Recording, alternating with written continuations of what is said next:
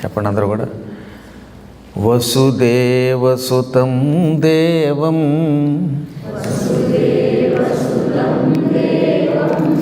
కంసచాణూరమర్దనం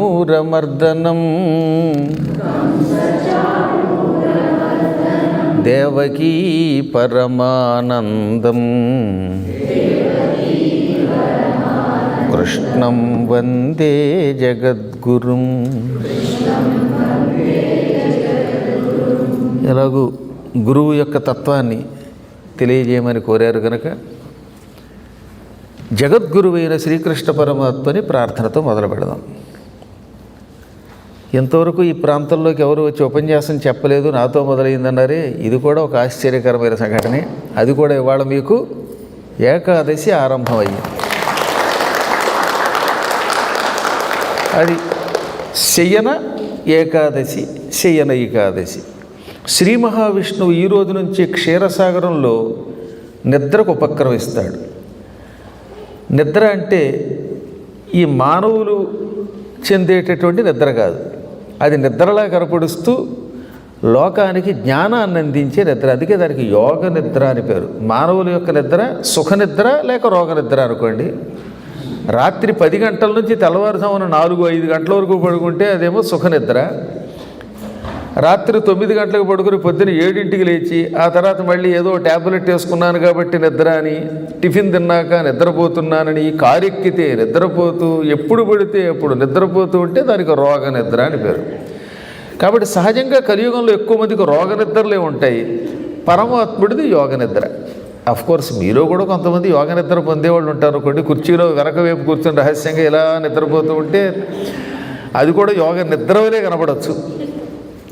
కానీ పరమాత్ముని యొక్క నిద్ర యొక్క అంతరార్థం ఏమిటి అంటే, ఈ నిద్రపోతున్న 4 నెలలు మానవులలో ఉన్న కామక్రోధ లోభమోహ మదమాత్సర్యములను తొలగించుట. అందుకే ఆయన శయన ఏకాదశి అని పిలువబడే ఆషాఢ శుక్ల ఏకాదశి నుండి కార్తీక శుక్ల ఏకాదశి వరకు ఈ 4 నెలలు తనని ఉపాసించిన వాళ్ళని, తనని అనుసరించిన వాళ్ళని జ్ఞానులను చేస్తాడు. రోగం నుంచి, అందులో ముఖ్యంగా భవరోగం నుంచి విముక్తులు చేస్తాడు. ఇవాళ ఆషాఢ శుక్ల ఏకాదశి కదా, వరుసగా ఆషాఢం తర్వాత శ్రావణం, భాద్రపదం, ఆశ్వయుజం, కార్తీకం. ఈ కార్తీక శుక్ల ఏకాదశి వరకు ఈ 4 నెలలని చాతుర్మాస్య కాలం అంటారు. ఈ 4 నెలలు పరమాత్ముడిని భక్తితో సేవించినవాడు, ముఖ్యంగా భాగవతాన్ని శ్రద్ధతో పారాయణం చేసినవాడు, విన్నవాడు, వీళ్ళందరికీ కూడా ఆయన ధర్మము, అర్థము, కామము, మోక్షము అని పిలువబడే 4 ఫలపురుషాలు ఇస్తాడు. అందుకని ఈ కాలాన్ని చాతుర్మాస్య కాలము అంటారు. ఈ కాలంలో ఆయన అనుగ్రహం పొందాలంటే ఏమేం చేయాలని చెప్పాం? మొదట గురువుని భక్తితో పూజించాలి. పిల్లలు ఇందాక గురుపాదుకాభ్యా నమః అంటూ గురుపాదుకా స్తోత్రాన్ని వినిపించారు. గురువుగారి పాదాలకు నమస్కరించడం కాదట, ఆయన పాదుకలకు నమస్కరిస్తే చాలన్నారు. అందులో పాదుకలు అంటే కాళ్ళకు తొడుక్కునే చెప్పులు అన్నమాట. 2 చెప్పులే అన్నారండోయ్. పాదుకాభ్యాం అంటే ద్వివచనం. సంస్కృతంలో ఏకవచనము, ద్వివచనము, ఇంకక్కడి నుంచి బహువచనం ఉంటాయి. ఒకటి ఉంటే దాన్ని ఏమంటారు? ఏకవచనం, సింగులర్. ఇంకా మిగతా భాషలో అయితే ఒకటి దాటితే బహువచనం అంటాం. కానీ సంస్కృతంలో అలా కాదు.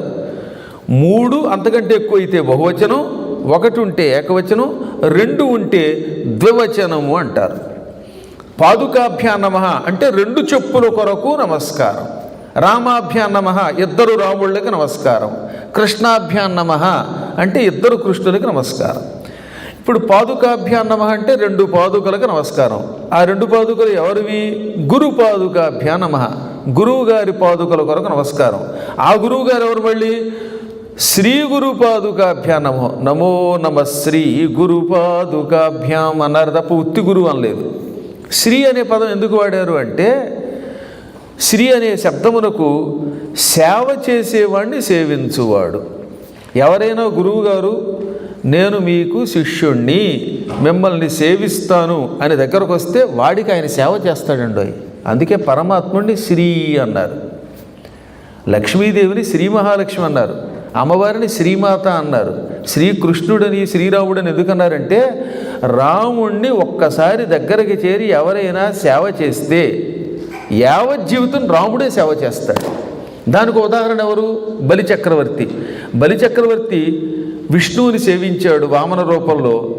యావజ్జీవితం ఇప్పుడు విష్ణు ఆయనకి కాపలాగా వస్తున్నాడు. పాతాళ లోకంలో బలిచక్రవర్తిని అట్టే పెట్టి బలిచక్రవర్తి గుమ్మం దగ్గర 4 చేతులలో శంఖ చక్ర గదా పద్మాలు ధరించి కాపలాగా వస్తున్నాడు.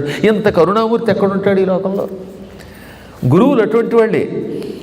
గురుదేవా, మేము మీ శిష్యులం, మీకు సేవ చేస్తున్నాం అని ప్రేమతో ఒక్కసారి పలికి ఒక్కసారి సేవ చేస్తే యావజ్జీవితం ధనం ఇస్తాడు, కాఫీలు ఇస్తాడు, టీలు ఇస్తాడు, కప్పులు కూడా కడుగుతాడు, అవసరమైతే పండు కూడా ఇస్తాడు. వాళ్ళ దగ్గరికి తానే పెడతాడు. ఎయిర్పోర్ట్లో నానా ప్రయాణం చేసి వచ్చిన తర్వాత చల్లారిపోయిన కాఫీ ఇచ్చినా సరే కాఫీ బాగుందని పొగిడి మరీ వాడి ఇంటికి పెడతాడు. అందులో గురువుల యొక్క ప్రేమ ఎంత గొప్పదో చూసారా? అందుకని శ్రీ గురువులు అన్నారండోయ్. శ్రీ గురు శబ్దమునకు సేవించేవాడిని సేవించువాడు. మైకు పని చేయకపోతే చేత్తో పట్టుకుని దగ్గరికి పట్టుకుని కూడా ఓ పని చేస్తే చెబుతాడు తప్ప అయ్యో ఈ మైకు పని చేయట్లేదని అండం. అందువల్ల గురువుల యొక్క కరుణ ఎప్పుడూ గొప్పది. అటువంటి గురువు యొక్క పాదుకలు 2 కొరకు నమస్కారము అన్నాడు ఆయన. దాంట్లో అన్ని శ్లోకాలు గొప్పవే, కానీ బాగా ఆనందం కలిగించే ఒక రూపక అలంకారం ఉన్నది. రూపకము అంటే దానితో భేదం చెప్పకుండా ఉండడం. ఇప్పుడు ఉదాహరణకి తమో అంధకారం, తమస్సే ఒక గుడ్డితనం అని చెప్పడాన్ని రూపకము అంటారన్నమాట. సంసారాన్ని సముద్రంతో పోల్చామనుకోండి, సంసార సాగరం, సంసారం అనేది సాగరం అనమాట. సంసారమే ఒక సముద్రం అన్నారు, దానికి రూపకాలంకారం అని పేరు. అలా ఏమన్నారన్నమాట, కామాది సర్పవ్రజ గారుడాభ్యాం. అందుకే ఆ శ్లోకం మళ్ళీ ఇంకోసారి చదవండి అన్నాను. మానవులలో కొన్ని లక్షణాలు ఉన్నాయి. అవి కామము, క్రోధము, లోభము, మోహము, మదము, మాత్సర్యం అని 6 శత్రువులు. ఈ 6ంటిని కలిపి కామక్రోధాదులని కానీ కామాదులని కానీ లేదా అరిషడ్వర్గం అని కానీ అంటారు. షట్ అంటే 6, వర్గము అంటే గుంపు, షడ్వర్గము అంటే 6 యొక్క సమూహం, గ్రూప్ ఆఫ్ 6. 6 ఏమిటనమాట? మొదటిది కామము, కోరిక. ఈ కుర్చీలో 2 రోజులు కూర్చుంటే ఈ కుర్చీ నాకు కావాలనే కోరిక పుట్టచ్చు, అది ఒక కామం. కురుజులోకి రావాలని కోరుకోవడం కామం. వీటిల్లో ఉత్తమమైన కామం ఏమిటనమాట? మా గురువు గారు ప్రతి సంవత్సరం వచ్చి పురాణం చెబితే బాగుండనుకోవడం, అది మంచి కామం, అది సత్కామం. ఇంకా ఈ కామము కోరిక తీరకపోతే అప్పుడు ఏమవుతుంది? క్రోధం అవుతుందండోయ్. దానికి ఉదాహరణ చెప్పారు. ధ్యాయతో విషయాన్ పుంసః సంగస్తేషూపజాయతే సంగాత్ సంజాయతే కామః కామాత్ క్రోధోభిజాయతే క్రోధాత్ భవతి సమ్మోహః సమ్మోహాత్ స్మృతి విభ్రమః స్మృతిభ్రంశాత్ బుద్ధినాశో బుద్ధినాశాత్ ప్రణశ్యతి. ఒక వస్తువుని చూసాం, చూడగానే దాన్ని ధ్యానించడం మొదలెట్టాట. ఓ మంచి సెల్ ఫోన్ కొనుక్కున్నారు అనుకుందాం. వంశీకృష్ణ చేతిలో ₹1,00,000 $2,000 పెట్టి కొన్న ఒక ఫోను. ఆ ఫోను 2-3 సార్లు చూడగానే ఫోను ఫోను అని ఫోను మీదకి పోతుంది బుద్ధి. దీనిని ధ్యానము అన్నారు. దేవుడి మీద పెట్టవలసిన ధ్యానం దేని మీద పెట్టాడు వాడు? ఫోను మీదో, లేకపోతే 7 సీటర్ కారు మీదో, ఇంక దేని మీదో పెట్టాడు. ఈ ధ్యానం వల్ల ఏమవుతుందన్నమాట? దాని మీద స్నేహం ఏర్పడుతుంది. 4-5 సార్లు చూడగా ఈ ధ్యానం దాని మీద పెట్టడం వల్ల, అంటే ఆ ఫోనుని పదే చూడటం వల్ల దాని మీద కోరిక కలుగుతుంది, స్నేహం కలుగుతుంది. ఇప్పుడు ఆ వస్తువు కావాలని కోరిక కలిగింది. ఇది ఒక పరిణామం అన్నమాట. ముందు ధ్యానించాడు, దాని మీద వ్యామోహం కలిగింది. ఈ వ్యామోహం వల్ల అది పొందాలనే కోరిక కలిగింది. కోరికలు ఎన్ని తీర్చుకుంటాం? ఫోన్ అంటే ఏదో మీలాంటి డబ్బు ఉన్నటువంటి వాళ్ళు పుణ్యాత్ములు కొనుక్కున్నారనుకుందాం, రేపొద్దున ఇంకేదో పెద్ద కోరిక వస్తుంది. మొత్తం ఫ్లారిడా అంతా కొనేయాలనిపించవచ్చు, అదంతా కొనడం కొంచెం కష్టం కదా. పోనీ అది కొన్నాక ఏమవుతుంది? సౌత్ ఫ్లారిడా అయిన తర్వాత నార్త్ ఫ్లారిడా, ఆ తర్వాత మొత్తం అట్లాంటిక్ సముద్రమే కొనాలనిపించవచ్చు. ఈ విధంగా కోరికలు పెరుగుతూ ఉంటే అవుతుందన్నమాట. కోరికలు అన్నీ తీర్చుకోలేం కనుక కామాత్ క్రోధ అభిజాయతే. ఈ కోరిక తీరనప్పుడు కోరిక వల్ల కోపం వస్తుంది. మనిషికి కోపం ఎందుకు వస్తుంది అనుకున్నారు? మీ కోరిక తిరగపోవటమే. ఆ పిచ్చి కోరికలు ఏవో ఉంటే లోపల, అందరినీ నేను అదుపులో పెట్టాలి, ఇంట్లో అంతా నా మాట వినాలి అని ఒక ఇంటి ఆయనకి ఒక కోరిక పుట్టింది. ఆ కోరిక తీరదు. పెళ్ళాం నువ్వెవడవరా బో అందనుకోండి, దాంతో వీడికి మండిపోతుంది, అది కోపం అయిపోతుంది. మా ఆయన నాకు 10,000 ఇవ్వలేదని ఆవిడ అందనుకోండి, ఇలా ఉంటుందా అని ఆవిడ అదుపులో పెట్టాలనే కోరిక తిరగకపోతే అది క్రోధం అవుతుంది. క్రోధము కామము తీరకపోవటం వల్ల పుడుతోందని లేదు, బాగా పుడుతోందన్నాడు. జాయతే అంటే పుడుతోంది, అభిజాయతే అంటే గట్టిగా పుడుతుందండోయ్. కోపం హఠాత్తుగా పెరిగిపోతుందన్నమాట. ఈ క్రోధం వల్ల ఏమవుతుంది? క్రోధాద్భవతి సమ్మోహ. సమ్మోహం అంటే ఒళ్ళు తెలియని స్థితి, శరీరం వణుకుతుంది, బుర్ర పని చెయ్యదు, నర్వస్ వీక్నెస్ వస్తుంది. అది సమ్మోహ అంటే. కోపం ఎక్కువైతే అవుతుందన్నమాట. ఒక క్షణం కళ్ళు తిరిగిపోతాయి, చెమటలు పట్టేస్తాయి, ఏం చేస్తాడో తెలియదు. కొంతమందికి అయితే కళ్ళు తిరిగి కింద పడిపోతారు, మంచినీళ్ళు తాగించినా వాడు లేవడం, అదృష్టం బాగుండి లేస్తే పర్వాలేదు, లేకపోతే శాశ్వతంగా వెళ్ళిపోతాడు. కోపం అంత ప్రమాదకరమైనది. అందుకే చాలామంది తెలుసో తిరిగి ఉంటారనమాట, నాకు కోపం వస్తే మనిషిని కాదంటాడు. కోపం రాకపోయినా మనిషి కాదనుకోండి, కానీ కోపం వస్తే అసలు మనిషే కాదు వాడు. ఈ సమ్మోహం వల్ల ఏమవుతుందనమాట? స్మృతి విభ్రమ. ఇందులో కృష్ణ పరమాత్ముడు భగవద్గీతలో చెప్పిన ఈ శ్లోకంలో అన్ని విశేషణాలే వాడాడు.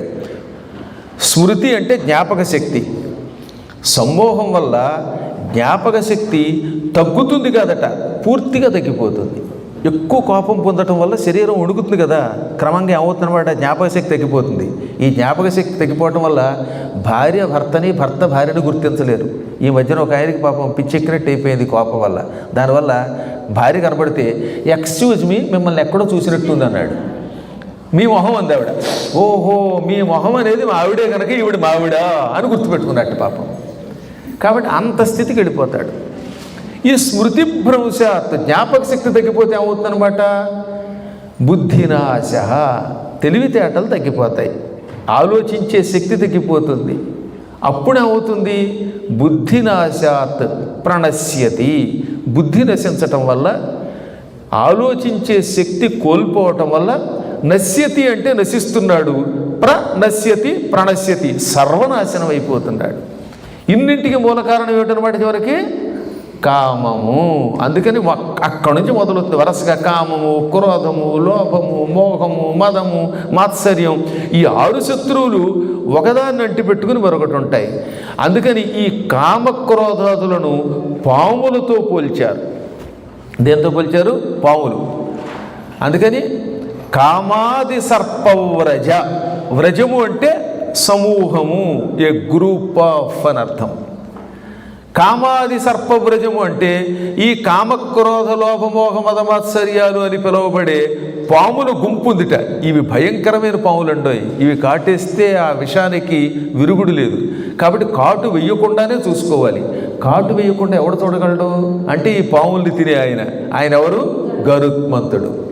అందుకని పాముల్ని నాశనం చేసే ఏకైక శక్తి గరుత్మంతుడిదే. గరుత్మంతుడికి పాములు కనబడ్డాయంటే నూడిల్స్, సేమ్యాలు తిన్నట్టు తినేస్తాడు. సేమ్యా పాయసంలో ఉన్న సేమ్యాలన్నీ మనం బాగా నానిపోతే నోట్లో కోసుకు తాగేసినట్టుగా పాములు కనపడితే పటా పటా పొడుచుకొని బలి తినేస్తాడండి. అందుకని ఎవరైనా ఈ మ్యాగీలు, ఈ సేమ్యాలు తింటున్నప్పుడల్లా నాకు ఆ గరుత్మంతుడు పాములే గుర్తుకొచ్చేస్తాయి. అందుకని ఏ ఇంటికైనా వెళ్ళినప్పుడు సేమ్యా ఉప్మా పెట్టాడా ఆమ్యామ్యా అనవలసింది. అందువల్ల గరుత్మంతునికి పావులంటే అంత ఇష్టం. పావులని గరుత్మంతుడు చీల్చినట్టుగా గురువుగారి పాదుకలనే రెండూ కూడా 2 గరుత్మంతుళ్ళ ఈ కామక్రోధాదులనే సర్పములను చీల్చి చెండాడతాయంటే అర్థం ఏమిటనమాట? గురువు పాదుకలను భక్తితో పూజించిన వాడు వీటికి గురికాడు అన్నారు. అది గురు పాదుక స్తోత్రం యొక్క గొప్పతనం. అందుకే పిల్లలు చదివారు. గురువుగారికి మీరే ఒక స్ఫూర్తి అయిపోయారు. ఇప్పుడు ఉపన్యాసానికి ఒక మంచి సందేశం అందించేశారు. కాబట్టి మీరు నిజంగా అభినందనలు. లక్ష్మీ ఫణి, ఆవిడ పేరులో ఫణి ఉంది కానీ లక్ష్మి కదా, ఆవిడ ఎక్కే గరుత్మంతుడు అనేటటువంటి వాడు ఆవిడ పేరులో ఉన్న ఫణిని అదుపులో పెట్టి ఆవిడని మీకు గురువుగా అందించాడు. అకాదు అదృష్టం అనుకోండి. ఈ స్తోత్రాలని చదువుకోవడం చాలా అదృష్టం. నేను వినడం ఆవిడ పుట్టింటి పేరు తంగిరాల కదా, అవునా కదా? గీహి అనే శబ్దమునకు వాక్కు అని అర్థం. అందుకే పూర్వం తంగిరాల వారు ఒక ఆయన ఉండేవారు. తం గిరాలంకృతం వందే తంగిరాల కులోద్భవం అని ఆయన మీద శ్లోకం చెప్పాం. తం గిరాలంకృతం, తం అంటే ఆయనను, గిరాలంకృతం అంటే మాటలని అలంకారం కలిగిన వాడు. ఆయనకి అలంకారం మాటలేట, మెళ్ళో గొలుసులు ఉండవట. ఈ తంగిరాల వారు ఏం చేయాలంటే మెళ్ళో ఉన్న గొలుసులన్నీ గురువు గారికి ఇచ్చేసి కేవలం మాటలే అలంకారంగా పెట్టుకోవాలి, ఇక గొలుసులు గాజులు వేసుకోకూడదట. తం గిరాలంకృతం వందే, అప్పుడు తంగిరాల కులోద్భవం అని చాలా చిన్నప్పుడు మేము అవధానాలు మొదలుపెట్టిన రోజుల్లో ఒక ఆయన చాలా గొప్ప పండితుడు ఉండేవాడు. అందుకని ఆయన చతుర్వేద పండితులండి. బాలగంగాధర శర్మ గారిని కపిలేశ్వరపురం వేద పాఠశాల పండితులు అన్నమాట, వారి మీద చెప్పిన శ్లోకం అనమాట. ఆయన శ్రీవత్సగోత్రుడే, మా గోత్రం వాడే. అంటే కొన్ని ఇంటి పేర్లు ఉన్నప్పుడు ఆనందము కలుగుతూ ఉంటుంది. మీరు చేసే సేవల్ని మెచ్చుకోక తప్పదు. గురువులకు ఒక లక్షణం ఏంటంటే ఇంత సేవ చేస్తే కొండంత పొగడ్డం. ఈ ఫ్లారిడా వచ్చిన దగ్గర నుంచి మీలో ఉన్న ఐకమత్యం నాకు బాగా నచ్చింది. ఒక ఇంటికి ఎవరైనా పిలిస్తే అందరూ అక్కడికి వస్తున్నారు, అందులో ఎవరెవరో తెలియట్లేదు, అసలు అది వానరు ఎవరో తెలియలేదు. ఎవడు వానరుడో తెలియనంత ఉత్తమ స్థాయికి వెళ్ళిపోయారు. అంతా కలిసికట్టుగా పనిచేసి అందరూ మాట్లాడుకుంటూ ఉంటే అమ్మయ్య ఇలా ఐకమత్యంతో ఉంటే ఆ ఊళ్ళకి మళ్ళీ వెళ్ళాలి అనిపించింది అనమాట. నిన్నటి నుంచి ఇక్కడికి వచ్చిన దగ్గర నుంచి కొంతమంది ఉత్తములు చూశాను, ప్రత్యక్షంగా చూశాను ఇక్కడ మీ అందరినీ కూడా. అందరూ ఒక్కొక్కళ్ళు ఒక్కొక్క ప్రాంతం నుంచి వచ్చారట. ఒకళ్ళు హైదరాబాద్ నుంచి వచ్చారు, ఒకళ్ళు వైజాగ్ నుంచి వచ్చారు, ఒక్కొక్కళ్ళు జిగ్జాగ్ నుంచి వచ్చారు, ఇంకేదో చోటు నుంచి వచ్చారు. కానీ ఇక్కడికి వచ్చాక అన్నీ మర్చిపోయి, పొరపచ్చాలు మర్చిపోయి, ఎవరి కులం ఏమిటో తెలియదు, మతం కొంచెం తెలుస్తున్నట్టు బొట్టును పెట్టి అనుకోండి, అందరూ సమ్మతంతో కలిసి ఉంటున్నారు. అందువల్ల మరొక్కసారి మీ అందరికీ మనస్ఫూర్తిగా గురుకటాక్షం లభించగా కానీ మంగళాశాసనం చేస్తాను. నిన్న రాత్రి కూడా ఒక ఆయన సందేశం చూశాను, దేశభక్తి కలిగిన నిజమైన దేశభక్తుడి యొక్క సందేశం చూశాను. ఆయన పేరు చాడ శాస్త్రి గారు, ఇంటి పేరు చాడ అనుకుంటాను. వారు చాడ శాస్త్రి గారి యొక్క సందేశం, ఆ వ్యాసం చదివాను. ఈ మధ్యకాలంలో ఇలాంటి దేశభక్తుల్ని మనం చూడగలమా అనుకుంటున్న రోజుల్లో ఆయన చూచాను. నాకు ఎంత ఆనందం కలిగిందో తెలియదు. ఈ ఉపన్యాసంలో ఆయనకు కూడా శుభం కలగాలని మరొక్కసారి అమ్మవారిని కోరుకుంటున్నాను. మనం తెలుగు వాళ్ళకు లక్షణం ఉన్నది, దోవన పోయేది నెత్తి మీద వేసుకొని యావత్ జీవితం వాళ్ళకి సేవ చేస్తాంట మనం. అందుకే తెలుగువాడు అంటే అంత గొప్పవాడు అన్నారు. అఫ్కోర్స్ కొంతమంది వీళ్ళలో కూడా దుర్మార్గులు ఉంటే ఉండొచ్చు, అది పక్కన పెట్టండి. కానీ తెలుగువాడికి లక్షణం ఉంది, ఫ్లారిడా వస్తే ఫ్లారిడా నాదే అనుకుంటాడు, ఫ్లోర్ బాగు చేస్తాడు. ఈ ఫ్లోర్ అంతా నాదే అని అనుకుని దాన్ని బాగు చేసేవాడు ఎవడన్నా ఉన్నాడంటే వాడు తెలుగువాడు అన్నారు. ఎవరైనా దారిలో ఒక్కసారి తెలుగులో మాట్లాడితే ఈయన తెలుగులో మాట్లాడకపోయినా మా తెలుగు వాళ్ళే అనే ఆనందం కలుగుతుంది. హ్యాపీ తెలుగు ఉగాడి అని ఇంగ్లీష్లో కూడా చెప్పేవాడు మళ్ళీ వీడే. ఏది ఏమైతేనే నిన్నటి రోజు మాత్రం మరొక్కసారి మీ అందరికీ చెబుతున్నది, మీ ఐకమత్యం బ్రహ్మానందం కలిగించింది. దానివల్ల మీకు మాటిస్తున్నాను, పిలిచినప్పుడల్లా రావడానికి నే ప్రయత్నిస్తాను. తర్వాత దైవానుగ్రహం. పూర్వం ఆరుణి అని పేరు కలిగిన ఒక గురువు గారు ఉండేవారు. ఆయన పేరే ఆరుణి. చాలా గొప్పవాడు. ఆయన అంటే చాలు ఆ పని అయిపోతుంది, అంత మహిమ కలిగినవాడు. శిష్యుల్ని బాగా పరీక్షించి వాళ్ళని ఉత్తములుగా తీర్చిదిద్దేవాడు. ఓసారి ఏం జరిగింది, ఆయన దగ్గర 3 శిష్యులు చేరారు. అందులో ఒక శిష్యుడు ఉన్నాడు, వాడి పేరు అసలు పేరు ఏమిటో తెలియదు కానీ ఉద్దాలకుడు అని తర్వాత మార్చారు. గురువుగారికి ఈ శిష్యుడిని పరీక్షించాలి అనిపించింది. ఒరే, మన పొలం ఉంది కదా, ఆ పొలంలోకి నీళ్లు వదులు అన్నట్ట. ఈయన రోజు వెళ్ళి పొద్దునుంచి సాయంకాలం దాకా గురువుగారి పొలంలో పనిచేసేవాడు. ఎందుకంటే గురువుగారి పొలానికి శిష్యులు సేవ చేయకపోతే, ఆ పొలంలో పంట పండకపోతే వీళ్ళకి భోజనాలు వస్తుంది. కాబట్టి పిల్లల చేత వ్యవసాయం చేయించేవారు, కట్టెలు కొట్టించేవారు, అన్ని పనులు చేసేవారు. ఇప్పుడు పిల్లల చేత పని చేయిస్తే ఇంకేమైనా ఉందా? టీచర్ గారికి జైలు, దానికి ఉండదు బెయిల్. అందువల్ల ఆ రోజులు అలా కాకుండా సేవ చేసేవారు. ఓ రోజున ఏం జరిగిందనమాట, ఒక పంట కాలువ తవ్వి పొలంలోకి నీరు పెడితే కాలువకి గడ్డి పడిపోయి నీళ్ళు ఎండిపోతున్నాయి. గురువుగారు ఏం చేయనండి అని పరుగుని ఇంటికి వచ్చి చెప్పాడు. నువ్వేం చేస్తావో తెలియదు, ఆ గడ్డి పొడ్చాలి.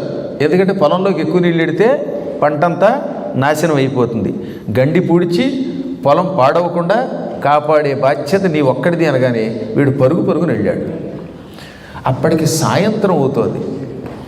ఒక్క మనిషి రాళ్ళు పట్టుకొచ్చి గడ్డి వేసి మట్టి వేసి ఈ చెరువుకు పడినటువంటి గండి అందులోకి వెళ్లకుండా చూడడానికి ఎంతో ప్రయత్నించాడు పాపం. కానీ నీరు వెళ్ళిపోతుంది, మొత్తం పంటంతా నాశనం అయిపోతుంది. ఏం చేయాలో తెలియక కొంచెం దృఢంగా ఉండేవట్టు ఆయన టక్కున ఆ గండికి అడ్డంగా పడుకుని తన మీద బురద వేసుకుని మట్టి వేసుకుని నిలబడ్డాడు. ఈయన గట్టిగా నిగడదని పడుకోవడం వల్ల నీరు ఆగిపోయింది. తెల్లవార్లు నీరు ఆగడానికి అలా పడుకున్నాడండి గండికి. బురద నిండిపోయి ఒళ్ళంతా మట్టిలో కూరుకుపోయి ముక్కుల్లోకి నీళ్లు బదులుగా బురద నీరు ఎడుతుంటే కూడా అలాగే అనుకుంటూ, అదేదో బస్త్రీ గిస్త్రీ చేస్తారు కొంతమంది యోగాభ్యాసంలో, అలా చేసుకుంటూ మొత్తం మీద గండి ఆపాడు. కొంతసేపటికి కాలువ నీరు ఆగింది, లోపలికి నీళ్లు వెళ్ళలేదు. ఈలోపు గురువుగారు పిల్లల్ని, తక్కిన శిష్యుల్ని, ఒరే నిన్న అనగా వెళ్ళాడు మనవాడు, ఏమయ్యాడంటే మాకు తెలియదు గురువుగారు అన్నారు. కొంప మునిగిపోయింది. శిష్యుణ్ణి పొలంలోకి నీరు వెళ్ళేటటువంటి గండికి ఆపడానికి ప్రయత్నం చేయమని పంపాను, గండిని ఆపమని పంపాను, వీడు వెళ్ళి రాలేదు, ఏమైందో నడవండిరా అని శిష్యుల్ని తీసి బయలుదేరాడు. పొద్దున్నే కాఫీ కూడా తాగలేదు ఆయన పాపం. సాధారణంగా బయటికి వెళ్ళేవాళ్ళు శిష్యుడిని వెతకడానికి వెళ్ళేటప్పుడు ఓ ఫ్లాస్కోలో కాఫీయో, 4 ఇడ్లీయో, దోశలో, అది ఇది కాకపోతే దిక్మాల ఉప్మాయో ఏవో ఒకటి వేసుకెళ్ళాలి కదా. ఏమీ లేకుండా మంచినీళ్ళు కూడా తాకుండా బయలుదేరాడు. నాయన, శిష్య, వత్స, తక్షశిలవాసి ఎక్కడున్నావు అన్నట్టు. వాడు తక్షశిల నుంచి వచ్చినవాడు. అంటే పాపడి గండి దగ్గర నుంచి మూలుగుతూ గురుదేవా గురుదేవా ఎక్కడున్నాను అన్నాడు. వాడిని వెతుక్కుంటూ వచ్చి చూశారు. అలా పడుకుని ఉన్నాడండి పాపం, నిద్రలేదు. రాత్రిపూట నిద్రపోతే కొట్టుకుపోతుందేమో, తాను కొట్టుకుపోతాడు, నీళ్లు లోపలికి వెళ్ళిపోతాయి, పంట పోతుంది అనుకుని నిద్ర కూడా పోకుండా ఉన్నాడు వాడు. ఇవాళ మనవాడు కుర్చీలో కూర్చుంటే నిద్రపోవడం, కారెక్కితే నిద్రపోవడం, ఏమన్నా అంటే నిద్ర కాదు, యోగాభ్యాసం అనడం. పైగా ఇది ఒకటి నేర్చారుండయి, నిద్రపోతాడు వాడు. కానీ ఏమనంటే లేదండి యోగా అండి అంటాం. ఇదేం యోగాయో, వీడి యోగం వండిపోను అని నేను అనలేదు, వ్యాసుడు అన్నాడు. అందులో చెప్పొచ్చేది ఏంటంటే, ఒక్క పెసరు కూడా నిద్రపోకుండా, కంటి మీద కునుకు లేకుండా రాత్రంతా అలాగే గండి దగ్గర పడుకొని ఉన్న అతడు మూలుగుతూ ఉంటే గురువుగారు అక్కడికి వెళ్ళి లేని ఆయన అన్నట్ట బురదలోంచి లేచాడు. జాలి పడిపోయాడు గురువుగారు. నాయన, ఈ మట్టిలోంచి బురదలో నుంచి లేచి పైకొచ్చావు కనుక ఈ రోజు నుంచి నీకు ఉద్దాలకుడు, అంటే మట్టిని చీల్చుకుని పైకొచ్చిన వాడనే పేరు పెడుతున్నాను అన్నాడు. అంత పూర్వం ఏం పేరో తెలియదు, ఉద్దాలకుడు అనే పేరు శాశ్వతం అయిపోయింది. అంటే మట్టిలో నుంచి చీల్చుకుని పైకొచ్చిన వాడు అనమాట. శిష్యుల్ని చాలామందిని చూశాను, నీలాంటి శిష్యుడిని ఎక్కడా చూడలేదు. గురువుగారు ఒక పని చెబితే ప్రాణాపాయ స్థితిని కూడా విడిచిపెట్టి, ప్రాణం పోతున్నా సరే లెక్క చెయ్యక తెల్లవారులు ఎవడ పడుకుంటాడు, ఎవడ సేవ చేస్తాడు ఆయన. అహో, నీ గురుభక్తి వల్ల ఈ క్షణమే నీకు వరం ఇస్తున్నాను. ఎంతవరకు నీకు ఇంకా ఈలు పాఠాలే చెబుతున్నాను. ఈ క్షణమే నీకు 4 వేదములు కంఠస్థం వచ్చుగాక, అణిమాది అష్టసిద్ధులు లభించుగాక, నిన్ను మించిన పండితుడు మరొకడు లేడు అనే కీర్తి నీవు పొందుదుగాక అని వరమేవగానే మొత్తం శాస్త్రాలన్నీ వాడికి కంఠస్థం చేసింది. గురువుగారి దగ్గర సెలవు తీసుకుని తక్షశిలకి గురువుగా వెళ్ళిపోయాడు ఆయన. మహాభారతంలో ఆది పర్వంలో ఉంటుంది ఈ కథ, ఇదే మళ్ళీ స్కాంద పురాణంలో గురుగీతలో ఉంటుంది. అంటే ఒకే కథ 2 చోట్ల వ్యాసుడు ఎందుకు చెప్పాడు? ఆది పర్వంలో ఉంటుంది, మళ్ళీ ఎక్కడ స్కాంద పురాణంలో ఉంటుంది. అంటే గురుభక్తి యొక్క గొప్పతనం తెలుస్తుంది. ఒక సద్గురువుని భక్తి శ్రద్ధలతో నమ్మి సేవ చేస్తే ఒకసారి చదివింది 10 సార్లు చదివిన దాంతో సమానమవుతుంది. శాస్త్రములు కరతలామలకు అవుతాయి. అటువంటి గురువులు, అటువంటి శిష్యులు ఉన్న రోజుల్లో ఉన్న కథలు అద్భుతమైన కథలు. మేము కూడా అంతేనండి. ఒక్కసారి గురువుల దగ్గర ఒక అక్షరం చదివితే యావజ్జీవితం భక్తితో పూజించేవాడు. నేను ఎంఏ చదువుతున్న రోజుల్లో రేమిళ్ళ రామకృష్ణ శాస్త్రి గారు సంస్కృతం చెప్పారు. ఇందాకే ఆయన, నాయన ఎక్కడున్నామని ఫోన్ పెట్టగానే ఎంతో వినయంతో వారికి నమస్కారం అన్నాం. మనం ఎంత సద్గురువులమైనా ఆనాడు పాఠం చెప్పిన గురువు గురువే, వాడిని మర్చిపోకూడదు. ఇది మనకి గురుగీత చెబుతున్నమాట. ఏకాక్షర ప్రదాతారం యోగురుం నాభిమన్యతే సస్యయోని శతంగత్వా చండాలత్వమవాప్నుయాత్. ఒక్క అక్షరం ఇచ్చిన గురువు గురువే. ఇక్కడ ఏకాక్షరము అంటే ఏదో ఈలో ఒక్క అక్షరం నేర్పినవాడని ఒక అర్థం, ఏకాక్షరమునకు ఓంకారం అని అర్థం. ఓం అని మీ చేత అనిపించినప్పటికీ ఆయన గురువే. అలా ఒక్క అక్షరం ఇచ్చినప్పటికీ మన గురువుని భక్తితో పూజించాలి. యహ ఎవడు గురువుని ఒక్క అక్షరం ఇచ్చిన గురువుని నా అభిమన్యతే గౌరవించడో సహా అతడు స్వయోనిశతంగత్వ 100 జన్మలు కుక్క జన్మెత్తుతాడు. ఆ తర్వాత చండాలత్వం అవాప్నుయాత్, చండాలుడై పుడతాడన్నారు. కొన్ని శ్లోకాలు వ్యాసుడు మళ్ళీ మళ్ళీ చెప్పాడు. ఇప్పుడు నేను చెప్పిన శ్లోకం గరుడ పురాణం 3వ అధ్యాయంలోనూ ఉంటుంది, స్కాంద పురాణంలోను గురుగీతలోనూ ఉంటుంది. ఇదే శ్లోకం మళ్ళీ యథాతథంగా పద్మపురాణంలో కూడా ఉంటుంది. ఎందుకు చెప్పాడు అంటే ఆ శ్లోకం అంత గొప్పది కనుక. నాయన, నీ జీవితంలో గురువుగారి దగ్గర ఒక్క అక్షరం నేర్చుకున్నప్పటికీ, ఆయన ద్వారా ఓం అనే మంత్రబీజమును పొందినప్పటికీ యావజ్జీవితం మా గురువు దైవమని భక్తితో, శ్రద్ధతో, అనురక్తితో, ఆసక్తితో, సమశక్తితో సేవించు. అలా గురువుని గౌరవించకపోతే, సేవించకపోతే వరసగా 100 జన్మలు కుక్క జన్మెత్తుతాడు ముందు. మళ్ళీ ఆ కుక్కల్లో కూడా అమెరికా కుక్క కాదు. ఈ అమెరికా కుక్క బొచ్చు కుక్కలు అయితే ఫ్రంట్ సీట్లో కూర్చుంటే బ్యాక్ సీట్లో గురువు కూర్చుంటాడు. కొన్ని చోట్ల అదృష్టం ఏంటంటే నాకు కూడా ఆ భాగ్యం పట్టింది. గురువుగారు, మా కుక్క మా మాట విందండి, అది లేకుండా వెళ్ళలేమండి, ప్లీజ్ మీరేమో బ్యాక్ సీట్లో, మళ్ళీ ప్లీజ్ ఒకటి బ్యాక్ సీట్లో కూర్చోండి అన్నారు. ఫ్రంట్ సీట్లో ప్రొఫెసర్ సునకారావు కూర్చున్నారు.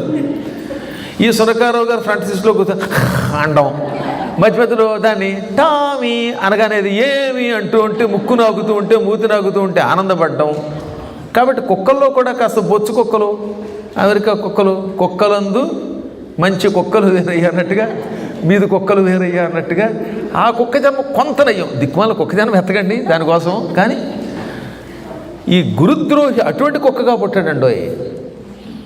వాడు ఎటువంటి కుక్క పుడతట, వీధుల్లో చూడండి భారతదేశంలోనూ పాకిస్తాన్లోనూ పిచ్చి కుక్కలు ఉంటాయి. అలాంటి కుక్కగా పుట్టి ఎంగిలి మెతుకులు ఏరుకుంటూ చావు దెబ్బలు తిని చచ్చిపోయి మళ్ళీ అలాంటి కుక్కగా పుట్టి మళ్ళీ చచ్చి మళ్ళీ కుక్క అయి పుట్టి అలా 100 జన్మలు కుక్క జన్మెత్తారట. గురుద్రోహం చేసిన వాడు ఎప్పుడైనా ఇలా ఉపన్యాసం వింటే అప్పుడు వాడు అనమాట ఇందాక చెప్పిన బొచ్చు కుక్క అయి పుడతాడు. రాత్రి మేము వాకింగ్కి వెళుతూ ఉంటే ఒక్కొక్క వయ్యని మీదకి వచ్చింది. నన్ను చూడగానే దండం పెట్టి వెళ్ళిపోయింది. ఇంతలో మా శిష్యుడు అన్నాడు, ఈ సునకారావు గారు పూర్వజనంలో గురుద్రోహం చేసి ఉంటారు మీకు, అందుకే బహు అన్నారు, బహుశా మళ్ళీ పశ్చాత్తాపంతో వెనక్కి వెళ్ళారేమో అన్నారు. ఇద్దరు ఆ పక్కనే కనబడ్డారు ఆడవాళ్ళ కుక్క పైగా, కుక్క కూడా కాదు. అంటే కుక్క మొగదే, ఆడవాళ్లచే పరిపాలింపబడుతున్న సునకారావు. సునకాలను పరిపాలిస్తున్నటువంటి వాడు కనకమ్మలు అనమాట. రాత్రే 3వ రౌండ్ వేస్తున్నాం. మాతో పాటు ఒక ఆయన కూడా నడిచి వచ్చారు. ఆయనకి నడవడం ఇష్టం లేదనుకోండి, అప్పుడు ఏం చేస్తారంటే గంభీరంగా మీతో నేను నడవను అని వెనక్కి వెళ్ళిపోతారు. ఈ నడిచిన వాడు మనకి అతను కుక్కబడింది. అందువల్ల మళ్ళీ వీటిల్లో కూడా గురుద్రోహాల్లో తేడాలు ఉన్నప్పుడు, గురువు గారి దగ్గరకు వచ్చి భక్తి శ్రద్ధలతో నమస్కరించినప్పుడు కొంచెం బొచ్చు కుక్కలుగా మంచి కుక్కలుగా పుడతారు. ఏది ఏమైనప్పటికీ గురుద్రోహం చివరికి ఏమవుతుందన్నమాట, వరుసగా 100 కుక్క జన్మలు ఇస్తుంది. ఆ తర్వాత భూమి మీద వాడు చండాలుడై పుడతాడు. ఆ తర్వాత ఎప్పటికో విముక్తి పొందుతాడు. అందుకని ఎప్పుడూ గురుద్రోహం చేయకూడదన్నారు. అన్నద్రోహం, గురుద్రోహం, బ్రహ్మద్రోహం నకారయేత్. అన్నం పెట్టిన వాడికి ద్రోహం చేయకూడదు. ఏదో పాపం పిలిచారు, అన్నం పెట్టారు, ఓ స్వీట్ పెట్టారు, ఓ పండు పెట్టారు, వాళ్ళు పొగడాలి. అంతేగాని బోడి ఒక్క పండే పెట్టారంటే ఎలాగా, ఆ పైగా అన్నం పెట్టిన తర్వాత అది ఉడకలేదంటే ఎలాగా, ఉడకపోయినా ఉడకలేదు అనకూడదు. అటువంటిది పాప వాడు పిలిచి అన్నం పెట్టాక అన్నంలో లోపాలు ఎత్తకూడదు. అన్నం పెట్టిన వాడికి మనం ఎప్పుడు అపకారం చెయ్యరాదని అర్థం. ఇక రెండవది గురుద్రోహం అసలు చేయకూడదు. బ్రహ్మద్రోహం, బ్రాహ్మడికి అపకారం చేయకూడదని పదే వ్యాసుడు చెప్పాడు. ఇక మరొకటి ఏమిటనమాట, గురుముహుంకృత్య తుంకృత్య ఉల్లంఘ్యాజ్ఞాంగురోరపి అరణ్యే నిర్జలే దేశే బ్రహ్మరక్షో భవిష్యతి.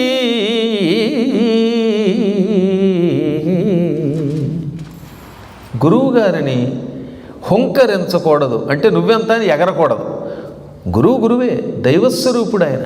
అటువంటి ఆయన్ని నువ్వెంత, నీ మాట వినను అని ఆయన మీద ఒంటికాలి మీద లేవకూడదు. ఆయన మీద కోపగించకూడదు. హుంకృత్య అంటే కోపగించటం, ఆయనని తిట్టడం, బెదిరించటం, ఇలాంటి పనులు చెయ్యరాదు.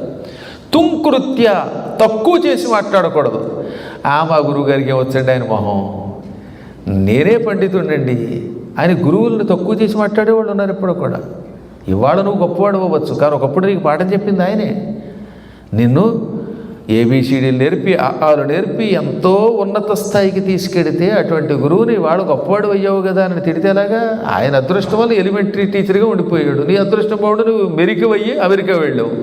అమెరికా అంటే ఏమిటి? అచటనున్న మెరికలు అమెరికా వచ్చుట అమెరికాకు నింత ఖ్యాతి వచ్చే అని 2006లో లాస్ ఏంజల్స్లో అవధానంలో చెప్పిన పద్యం. అంటే అక్కడ ఉన్నవాళ్ళు మెరికలు ఇక్కడికి రావటం వల్ల అమెరికా అయ్యింది అనమాట. అక్కడ ఉన్న మెరికలంతా ఇక్కడ చేరారు, ఇది అమెరికా అయింది.